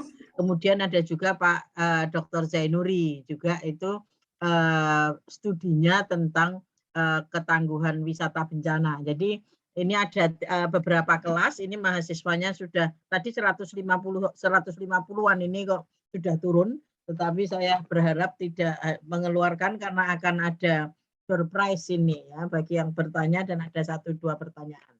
Silahkan waktunya baik Pak dosen maupun mahasiswa, silahkan kalau ada yang mau bertanya berkaitan dengan tata kelola yang sudah disampaikan secara detail oleh Pak Lili. Ini yang sudah ada raise hand-nya Mas Rizky. Silahkan Mas Rizky. Baik, bismillahirrahmanirrahim. Mohon izin sebelumnya Bu Ama dan Pak Lili. Di sini saya mahasiswa semester 4, muridnya Bu Ama di mata kuliah Tata Kelola Bencana. Izin bertanya Bapak, dari penjelasan yang Rizky dapatkan tadi, ketika kita melihat Undang-Undang Nomor 24 Tahun 2007, bahwasanya tanggung jawab terhadap bencana ini adalah penanggung jawab bencana ini adalah pemerintah pusat dan pemerintah daerah. Nah, itu juga kita lihat adanya penanggulangan bencana dalam bentuk pendanaan anggaran pendapatan belanja daerah yang memadai gitu. Nah, ketika kita juga melihat peraturan pemerintah Republik Indonesia nomor 22 tahun 2008, di sana dijelaskan bahwasanya adanya pendanaan dan pengelolaan bantuan bencana dengan rahmat Tuhan Yang Maha Esa untuk menanggulangi bencana dalam kegiatan seperti baik itu sebelum bencana ataupun pas bencana dan sesudah bencana gitu.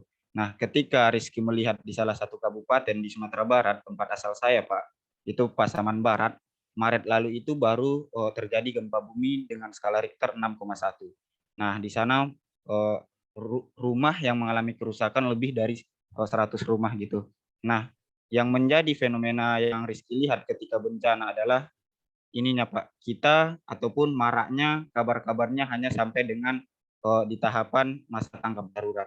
Nah, yang menjadi pertanyaan Rizky sekarang ini adalah kegiatan apa yang dilakukan stakeholder baik itu BNPB, kegiatan kolaborasi dengan pemerintahan daerah terhadap ini kegiatan yang dilakukan setelah pasca bencana. Karena ketika kita melihat dalam peraturan pemerintah juga kan di sana Pak dijelaskan adanya rehabilitasi dan adanya rekonstruksi terhadap bencana yang terjadi. Nah, mungkin seperti itu Bapak. Terima kasih Bu.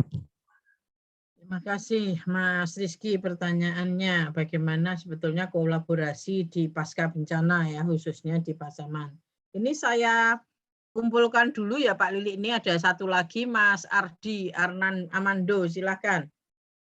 Mungkin ada yang bersinggungan atau yang berbeda. Mas Ardi, silakan waktunya.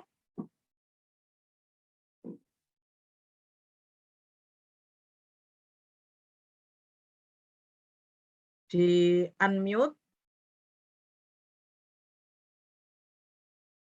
Kalau Mas Ardi belum siap, Mbak Dinul Koyimah, silakan.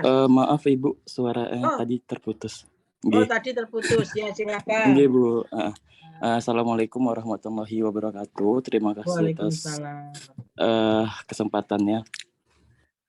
Sedikit cerita nggih, Bu, terkait permasalahan tata kelola bencana yang ada di Provinsi Riau. Mungkin teman-teman tahu apa sih bencana yang sering terjadi di Provinsi Riau pada umumnya. Gitu. Ayah saya merupakan salah satu pekerja di anak cabang di perusahaan Sodiamas kalau tahu.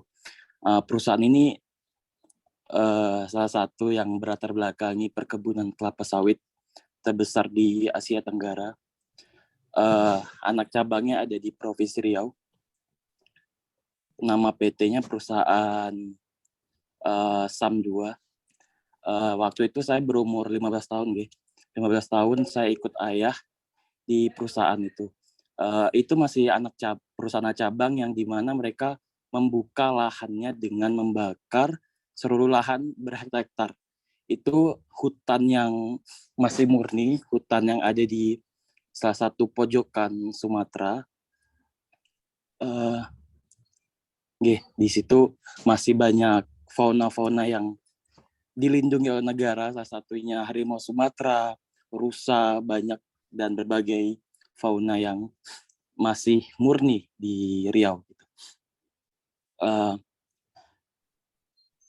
Sesuai yang dikatakan oleh Saudara Rizky tadi mengenai undang-undang yang sudah ditetapkan oleh pemerintah pusat maupun daerah, apakah disaster yang dilakukan oleh masyarakat atau pekerja dari perusahaan ini tidak dilirik oleh pemerintah, ataukah ini merupakan sebuah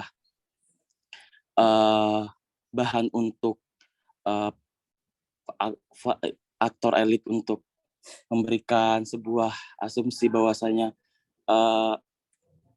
tidak adakah sebuah penanggulangan gitu, Bu. Terima kasih. Terima kasih Mas Ardi. Terakhir Mbak Dinul Koyimah, ini ada tiga penanya dulu, nanti biar dijawab oleh Pak Lili. Silahkan Mbak Dinul, di unmute. Baik Ibu, terima kasih sebelumnya atas kesempatan yang telah di videonya dinyalakan juga biar kita tahu. Bentar, Bu. Izin bertanya Bapak, sebelumnya kan saya berasal dari Banjarnegara, sedangkan Banjarnegara sendiri itu rawan sekali dengan yang namanya tanah longsor seperti itu. Oleh sebab itu, saya bersama teman-teman MDMC saya itu pernah ada niatan membuat sekolah bencana atau madrasah tangga bencana seperti itu, Pak. Tapi dari tim kami sendiri bingung kira-kira bagaimana sih step-stepnya seperti itu, karena kami berharap itu tidak hanya 1 kali atau 2 kali pertemuan saja, tapi itu sifatnya sustainable seperti itu, Pak. Nah, kira-kira jika ingin membuat madrasah atau sekolah tangguh bencana sendiri itu step-stepnya seperti apa? Seperti itu. Terima kasih. Terima kasih. Ini 3 penanyaan dari masalah kebijakan sampai ke masalah praktis. Monggo Pak Lilik. Jadi yang tadi yang pertama dari Pasaman Barat berkaitan dengan pendanaan pasca bencana atau pendanaan recovery. Kemudian dari beliau ini Mas Ardi menanyakan juga ini ya penguatan implementasi kebijakan ya berkaitan dengan sawit karena perubahan itu juga mempengaruhi bencana. Dan yang ketiga ini agak teknis ya untuk pendirian madrasah tangguh bencana. Waktunya kami berikan kepada Pak Lili. Ya, terima kasih Bu Amah. Yang pertama, Mas Rizky, ya terima kasih nih Mas Rizky, kaitan dengan Pasaman Barat. Ini kita tahu Pasaman Barat kemarin terdampak oleh gempa bumi dan memang banyak sekali ya saya lihat rumah-rumah baik itu rusak berat, rusak sedang maupun rusak ringan, dan juga lingkungan yang rusak juga. Infrastruktur banyak yang juga rusak karena gempa bumi tadi. Tentu setelah kita menyelesaikan situasi darurat ya, situasi darurat itu bagaimana mereka yang terdampak bencana itu bisa paling tidak secara sementara mereka bisa terlindungi sekarang ini. Apakah nanti mereka akan dibuatkan hunian sementara atau sudah mulai proses hunian tetap, itu yang dilakukan. Tetapi paling tidak mereka yang rumahnya rusak, hancur, paling tidak mereka sudah tidak lagi atau berkurang untuk tinggal di pengungsian yang mungkin tidak layak begitu ya. Sehingga termasuk pemberian tunjangan-tunjangan itu dilakukan supaya mereka bisa hidup dengan layak begitu dalam posisi menunggu. Nah, kemudian yang dilakukan adalah rehabilitasi dan rekonstruksi, pemulihan ya. Nah, pemulihan ini memang butuh satu kolaborasi sebenarnya yang tadi kita banyak diskusikan. Apa yang kemudian dibangun? Yang pertama tentu fisiknya ya. Fisik itu pilihannya adalah relokasi atau in situ. In situ itu dibangun lagi di tempat sebelumnya ya. Tentu dengan konsep in situ ini juga banyak hal yang perlu dipertimbangkan. Misalnya karena itu ada daerah yang terdampak gempa bumi, maka kemungkinan pada masa-masa yang akan datang akan terjadi lagi peristiwa yang sama. Tentu dengan begitu kita juga harus mempertimbangkan mengenai konstruksi yang ada. Ya, kalau memang pilihannya akan digunakan untuk in situ tadi. Kalau untuk relokasi, selama ini yang jadi masalah adalah relokasi itu tidak mudah. Lokasi-lokasi yang ada biasanya lahan-lahan milik pemerintah. Dan pemerintah itu biasanya adalah hutan yang ada. Apakah nanti akan menggunakan itu? Nah, ini juga menjadi pertimbangan-pertimbangan bagi kita dalam untuk membuat rehabilitasi dan rekonstruksi. Kemudian selain fisik, apalagi yang dibangun? Yang tentu yang dibangun adalah masalah ekonominya. Jadi jangan sampai kemudian kita memindahkan masyarakat, kita bangunkan rumahnya, pembangunan infrastrukturnya dengan baik, tetapi dari sisi livelihood, nah mereka tidak terdukung dengan itu. Kalau mereka petani, berarti mendekatkan ke lahan pertanian mereka.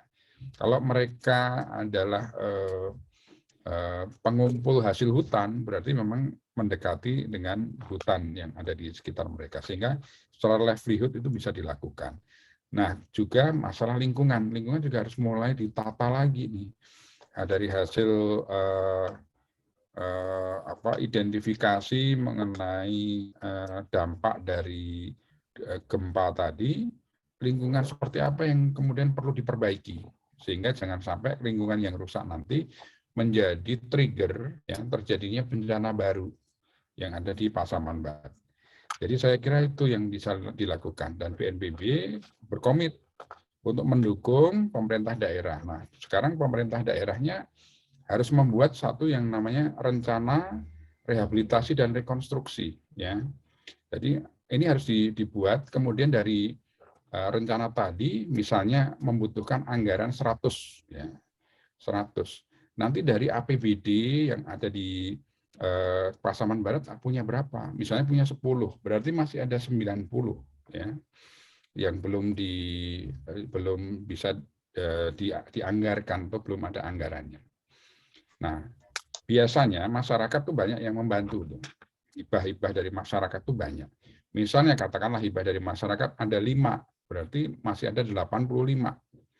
85 tata kelolanya minta di siapa? Ya minta yang ada di provinsi, berarti Sumatera Barat. Sumatera Barat memberi berapa? Misalnya 35.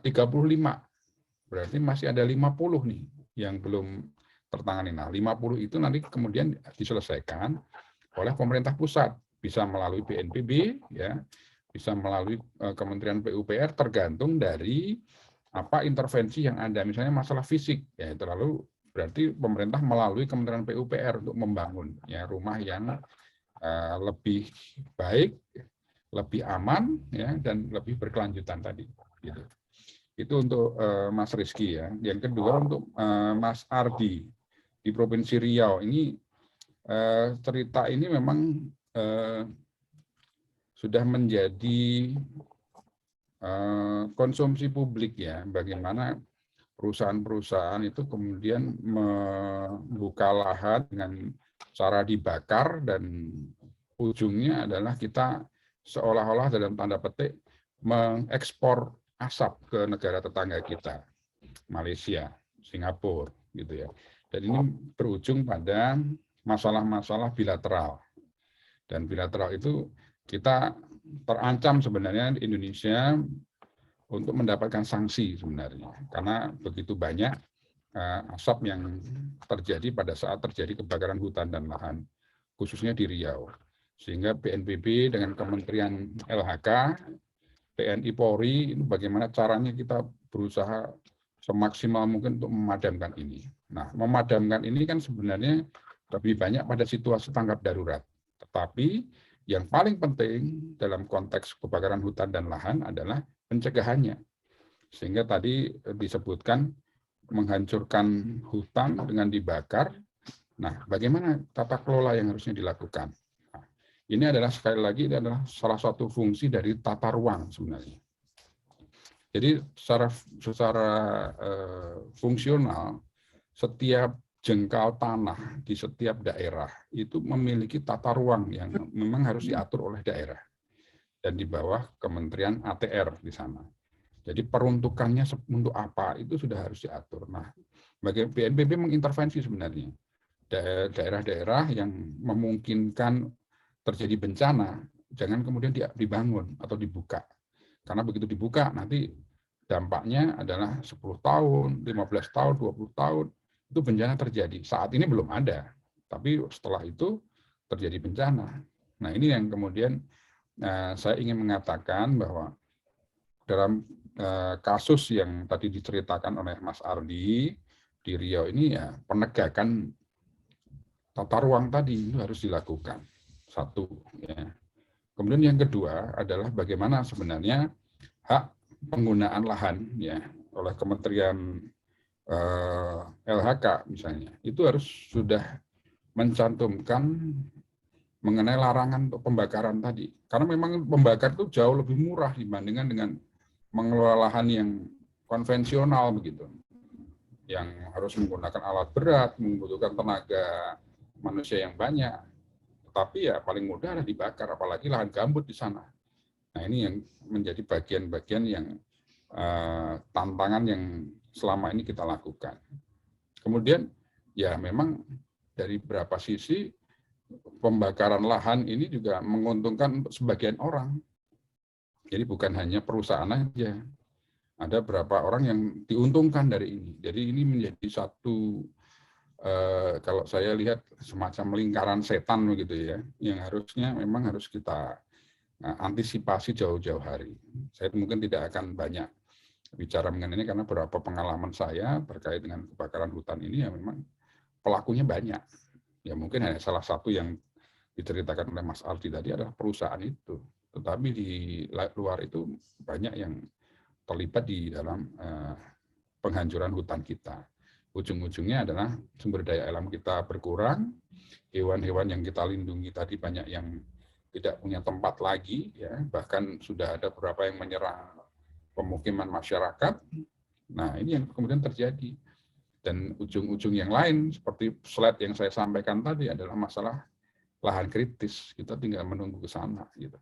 Apalagi pengelolaan gambut ini juga perlu satu teknologi yang tidak sama dengan tanah mineral yang ada. Itu mungkin Mas Ardi, kemudian untuk Mbak Dinul ya kalau nggak salah ya, dari Banjarnegara, step untuk membuat madrasah tangguh bencana. Itu adalah yang pertama yang perlu dipastikan harus ada yang saya sebut sebagai local authority-nya harus jelas. Ya. Local authority maksudnya apa? Maksudnya kalau ini hubungan dengan sekolah, pengelola untuk sekolah itu atau madrasah itu harus sudah ada. Melibatkan gurunya, melibatkan kepala sekolah, pegawai-pegawai madrasah itu, dan sebagainya. Itu harus dilakukan yang step pertama. Ya. Yang kedua baru kemudian merencanakan terkait dengan 3 hal tadi. Ya, yang pertama adalah mengenai infrastruktur, ya.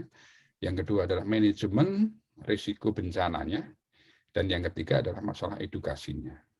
Edukasi itu bisa disampaikan dalam kegiatan-kegiatan yang ada di madrasah itu, misalnya pramuka, ya, PMR, dan yang lain-lain. Bisa dimasukkan dalam kegiatan itu. Kemudian untuk infrastrukturnya sendiri ya memang pihak sekolah atau madrasah itu yang harus melihat. Tentu bisa bekerja sama dengan para pakar yang ada di Banjarnegara atau dari Dinas PU untuk melihat apakah bangunan madrasah itu cukup kuat kalau misalnya ada ancaman longsor misalnya, atau gempa bumi, atau bahkan banjir misalnya. Itu harus dipastikan. Kemudian yang kedua yang ini mungkin Mbak Dinul dan kawan-kawan bisa masuk, yaitu membangun manajemen risiko bencana tadi. Di madrasah itu coba diidentifikasi kemana mereka harus pergi kalau bencana terjadi. Dan tentu saja disesuaikan dengan ancaman yang ada. Kalau ancamannya tanah longsor, ya mereka harus pergi ke tempat yang aman tanah longsor, artinya di daerah yang terbuka. Gitu. Kemudian jalur evakuasinya kemana saja, jangan sampai lewat sungai, lewat tebing-tebing, ya, sehingga mereka sebelum sampai ke tempat yang aman tadi mereka masih terancam gitu. Nah itu yang harus dilakukan, dan pasanglah rambu-rambu untuk jalur evakuasi dan sebagainya, termasuk itu harus dilatihkan setiap tahun di madrasah itu untuk memastikan masyarakat anak-anak yang ada di sana tahu mana-mana yang harus dilewati. Saya kira itu, Mbak Amah, terima kasih. Ya, terima kasih Pak Lili jawabannya. Jadi dari kebijakan maupun teknis, jadi banyak yang kita pelajari bahwa pelaku itu tidak hanya pemerintah pusat dalam hal ini BNPB, tetapi BPBD juga bertanggung jawab. Itu yang penting nanti, sehingga seperti kita diskusikan di kelas, pemerintah daerah itu juga harus melakukan upaya-upaya, apalagi sekarang bencana urusan wajib ya. Kemudian juga bagaimana pihak swasta dalam hal ini dalam kasus Riau itu menjadi sangat penting ya, tidak hanya merusak tetapi juga ikut menjaga atau mengurangi risiko bencana. Jadi tidak hanya investasi untuk perubahan lahan saja ya. Dan yang terakhir itu pertanyaan Mbak Dinul berkaitan dengan partisipasi masyarakat, dalam hal ini madrasah yang dikelola secara volunteer itu tetap dengan step-step yang mestinya melibatkan pihak lain, juga tidak bisa sendiri ya, harus mengidentifikasikan siapa saja baik itu gurunya maupun sampai juga berkaitan dengan pemerintah di desa atau di daerah. Jadi kita sudah belajar bagaimana semua pihak itu saling mendukung ya untuk menerapkan kebijakan. Jadi kebijakan itu tidak bisa jalan sendiri. Kebijakan pemerintah itu harus dilakukan bersama-sama oleh semua pihak yang dijelaskan Pak Lili tadi dengan pentahelik ya. Siapa ini masih ada waktu 10 menit lagi akan ada yang bertanya? Saya tidak akan menanyakan, ini door prize-nya itu buat yang bertanya saja. Jadi saya tidak akan membuat pertanyaan. Jadi silakan nanti door prize-nya untuk yang pertanyaan, dan pertanyaannya dikaitkan dengan tata kelola bencana ya. Saya berharap Anda bisa belajar banyak dari apa yang disampaikan Pak Lili, dan nanti door prize-nya akan dikirimkan oleh Mbak Vindi. Silakan, masih ada pertanyaan?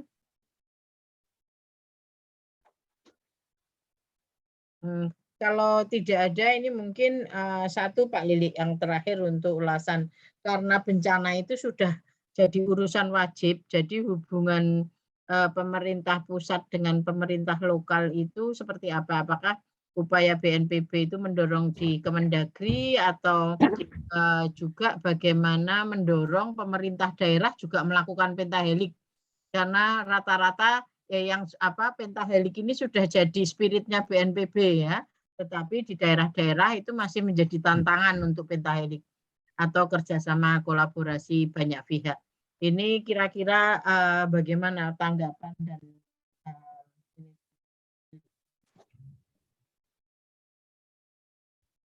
Ya, Bu Ama, terima kasih.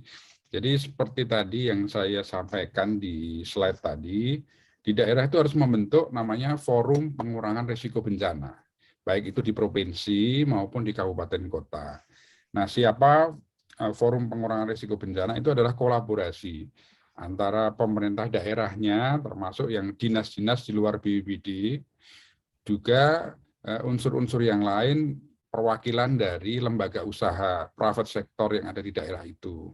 Kemudian juga universitas atau perguruan tinggi yang ada di daerah itu, termasuk juga para pakar yang ada di daerah itu. Juga tentu adalah masyarakat melalui wakil-wakil dari ormas, dari relawan, kemudian dari NGO yang ada di daerah itu, dan juga media. Ini yang selalu kami ingin tegaskan, bahwa kolaborasi itu harus ada satu kelembagaannya, yaitu Forum Pengurangan Risiko Bencana, baik provinsi maupun kabupaten kota. Kemudian yang kedua, yang kaitannya dengan intervensi dari pemerintah terkait dengan pemerintah daerah, itu minimal yang dilakukan adalah standar pelayanan minimal tadi. Jadi ada 12 kegiatan yang harus dilakukan dan menjadi urusan wajib daerah. Tadi betul Mbak Ama, jadi ini memang urusan wajib yang harus dilakukan di daerah, dan BNPB menyiapkan NSPK-nya di sana. Selain NSPK juga menyiapkan asistensi, jadi orang-orang yang bisa menjelaskan. Jadi kalau kadang-kadang kan kalau hanya dikasih juklak juknis itu untuk bikin peta rawan bencana, mereka nggak bisa gitu. Tapi kalau kemudian mereka diberikan orang yang bisa menjelaskan itu, mereka jauh lebih mudah untuk bisa membantu di situ. Nah, yang seperti ini yang menjadi dampingan kami. Tetapi kalau terjadi bencana, ya memang urusan BNPB adalah melakukan dukungan di situ, baik dukungan dari sisi pendanaan, dukungan sumber daya, dukungan administrasi dan sebagainya, itu harus dilakukan. Jadi tetap saja yang menjadi core penanggung jawab utama itu dari konteks penanggulangan bencana adalah pemerintah daerah, dalam hal ini bupati wali kota. Provinsi pun akan memberikan dukungan, ya, memberikan dukungan terhadap kabupaten kota yang terdampak bencana. Nasional yang sifatnya ekstrim akan turun di sana. Seperti Pasaman dianggap ekstrim karena memang ternyata memang dukungan dari provinsi ya kurang maksimal yang ada di sana, sehingga perlu ada dukungan-dukungan dari nasional, baik BNPB, Kementerian Sosial, PUPR, LHK untuk datang ke sana untuk membantu termasuk Basarnas. Saya kira itu, Bu Amah, terima kasih. Terima kasih Pak Lili. Jadi ini juga tadi melengkapi yang bertanya di Pasaman ya, bahwa memang forum PRB itu menjadi penting dan itu bagaimana forum PRB ini bisa efektif dan teman-teman kita yang hadir di sini kita berharap nanti kalau pulang bisa memperkuat di daerahnya masing-masing. Jadi karena 50% mahasiswanya UMJ dari luar DIY Pak. Yang paling banyak memang dari Sumatera seperti Pekanbaru ya, Kepri dan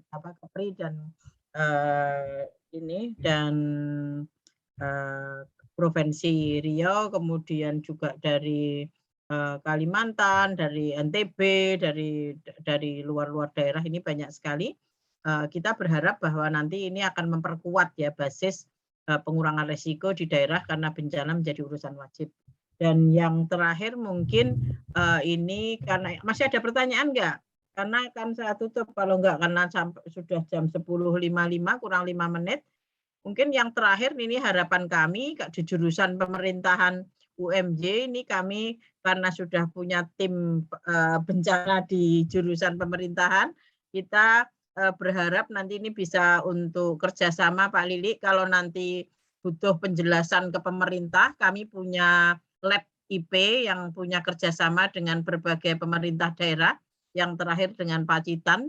Itu juga untuk bupatinya juga meminta bantuan untuk merancang kawasan mitigasi kawasan wisata berbasis mitigasi bencana. Jadi ini kita juga sudah bekerja sama dengan beberapa daerah. Kalau nanti dalam upaya pelaksanaan SPM itu kita dosen dan mahasiswa siap untuk membantu mensosialisasikan karena jumlah kabupaten kota yang luas yang banyak ya, dari ada 570-an. Jadi ini kami berharap ini bisa juga untuk dikembangkan ke depannya. Mas Sakir ada tanggapan? Ini juga yang mengkomandoi nanti juga kita akan teruskan Pak Lili. Nanti mohon dengan BNPB bisa untuk membantu tata kelola pemerintahan di daerah. Mungkin kita perlu kerjasama secara khusus untuk bagaimana memastikan implementasi kebijakan karena memang secara nasional kebijakannya jalan tapi di daerah belum tentu jalan. Jadi oleh karena itu kita berharap ini datang. Oh, ini masih ada satu, saya beri waktu dah. Mas Handaru. Ini Mas atau Mbak ini Handaru Maya? Terakhir, singkat saja, tinggal 5 menit. Terima kasih. Ibu, mohon maaf, saya nggak bisa on cam. Dikarenakan ini saya pakai laptopnya adik, kurang bisa dipakai. Ya, silakan. Baik, terima kasih. Bagaimana apabila pemerintah itu sudah melakukan penanggulangan bencana dengan baik, tentang manajemen bencana, namun partisipasi masyarakat itu masih kurang gitu Bu. Jadi bagaimana pemerintah bisa meningkatkan partisipasi masyarakat agar menjadi keberhasilan manajemen bencana sendiri seperti itu Bu. Oke. Terima kasih ini Pak Lili, pertanyaan terakhir ya. Bagaimana meningkatkan partisipasi masyarakat? Kalau pemerintahnya sudah kuat dan yang lain ini bagaimana? Karena masih jadi tantangan ya peningkatan. Dipersilahkan Pak Lili. Ya, jadi Mbak Handura, jadi itu tantangan tersendiri ya, mengajak masyarakat. Tetapi gini, sebelum nanti kita bicara mengenai bagaimana mengajak masyarakat, kita harus tahu bahwa bencana itu terjadinya di masyarakat. Ya. Bencana itu terjadi di masyarakat. Karena bencana itu terjadi di masyarakat, maka biasanya masyarakat itu kemudian eager atau gimana ya, mereka punya kepedulian yang tinggi untuk bagaimana mengurangi itu semua. Biasanya begitu yang terjadi. Nah, untuk daerah-daerah yang belum pernah terjadi bencana, partisipasi itu seperti yang disampaikan tadi tidak terlalu maksimal yang ada. Karena dia merasa, oh tempat saya aman-aman saja kok, tidak ada bencana begitu. Sehingga buat apa saya harus bikin ini? Udah itu urusannya pemerintah aja gitu. Nah, ini memang kita jumpai sebenarnya di beberapa daerah. Tetapi di Indonesia ini kan kita lebih banyak membicarakan bencana, itu adalah membicarakan bagaimana membantu pihak-pihak yang lain sebenarnya. Kalau di daerahnya itu tidak pernah terjadi bencana. Nah, kepedulian, keperpihakan, tadi yang saya sampaikan di salah satu tujuan penanggulangan bencana adalah membangun kedermawanan, kerelawanan, itulah yang kemudian kita bangkitkan sebenarnya dalam konteks penanggulangan bencana. Sehingga mereka juga nantinya pada suatu titik mereka akan bisa mendukung yang lain. Karena kita tahu kalau kita itu tidak hidup sendiri ya. Jadi kalau kita terkena bencana, ya banyak orang akan dukung kita. Tetapi kalau kita tidak kena bencana, ya mari kita dukung orang-orang yang terdampak bencana. Nah ini sebenarnya sudah menjadi suatu aturan yang tidak tertulis sebenarnya di masyarakat kita, di mana rasa sosial yang sangat tinggi di masyarakat dan juga masalah kearifan lokal kita itu masih mendukung untuk itu. Nah, ini adalah sebenarnya saya selalu menyebutkan ini satu senjata pamungkas kita dalam penanggulangan bencana. Bagaimana dukungan-dukungan masyarakat itu demikian luar biasa. Itu mungkin Bu Mbak Handura dan mungkin demikian Bu Amah. Terima kasih. Terima kasih sekali Pak Lili. Jadi Mbak Ura tadi kita sudah lihat bahwa memang bencana itu menjadi window opportunity untuk menyadarkan masyarakat. Ya, sudah kita bahas di kelas bagaimana orang itu baru tersadar kalau sudah kena ya. Nah, ini tetapi sebaiknya memang karena negara kita itu negara bencana, kita melakukan upaya-upaya itu dengan tadi mengajak banyak pihak yang kalau di daerah ada forum PRB yang anggotanya juga termasuk masyarakat, sehingga masyarakat baik itu sebagai subjek maupun sekaligus sebagai objek ya untuk pengurangan risiko bencana. Baik, karena waktunya sudah jam 11, sudah 2 jam, ini akan kita akhiri. Nanti yang bertanya akan ada door prize-nya, insya Allah nanti akan dikirimkan, dan semoga apa yang disampaikan Pak Lili tadi melengkapi apa yang sudah kita diskusikan sepanjang 1 semester ini, karena minggu depan sudah mulai ujian akhir, sehingga kuliah umum Pak Lili ini seperti wrap up ya, merangkum semua dari ancaman sampai bagaimana upaya-upaya yang dilakukan baik dari tingkat pusat sampai tingkat daerah. Sekali lagi terima kasih sekali Pak Dr. Lili, ini Sestama BNPB yang sudah bersedia meluangkan waktunya di pagi hari Sabtu-Sabtu yang harusnya istirahat. Ini kita pakai dan saya kembalikan kepada Mbak Vindi, moderatornya, untuk mengakhiri kuliah umum pada pagi hari ini. Ya, baik. Terima kasih kepada Ibu Rahmati Hussein yang telah memandu acara diskusi kita pada hari ini, sehingga diskusinya menjadi diskusi yang sangat menarik kita, apalagi materi-materi yang disampaikan oleh Pak Lili. Dan sekali lagi saya juga mengucapkan terima kasih kepada Bapak Dr. Lili yang telah memberikan kesempatannya, waktunya pada kita untuk berbagi ilmunya terkait dengan tentunya praktisnya di lapangan sendiri. Nah, semoga materi-materi diskusi kuliah umum pada hari ini dapat diimplementasikan oleh mahasiswa semuanya dan menjadi tambahan ilmu di luar perkuliahan kita. Mungkin itu saja dari kami. Saya akhiri di sini. Kurang lebihnya saya mohon maaf. Wassalamualaikum warahmatullahi wabarakatuh. Waalaikumsalam. Waalaikumsalam. Terima kasih Pak Lili, terima kasih Bu Ama, dan terima kasih teman-teman yang sudah semuanya yang hadir. Terima kasih, jangan lupa absennya. Makasih banyak Pak, Bu. Ya, terima kasih. Terima kasih banyak Pak, Ibu. Saya izin pamit ya. Ye, matur nuwun Pak Lili. Nanti kita tunggu di Jogja Pak Lili kapan-kapan. Ya selalu. Ya. Siap. Assalamualaikum. Waalaikumsalam warahmatullahi wabarakatuh. Waalaikumsalam.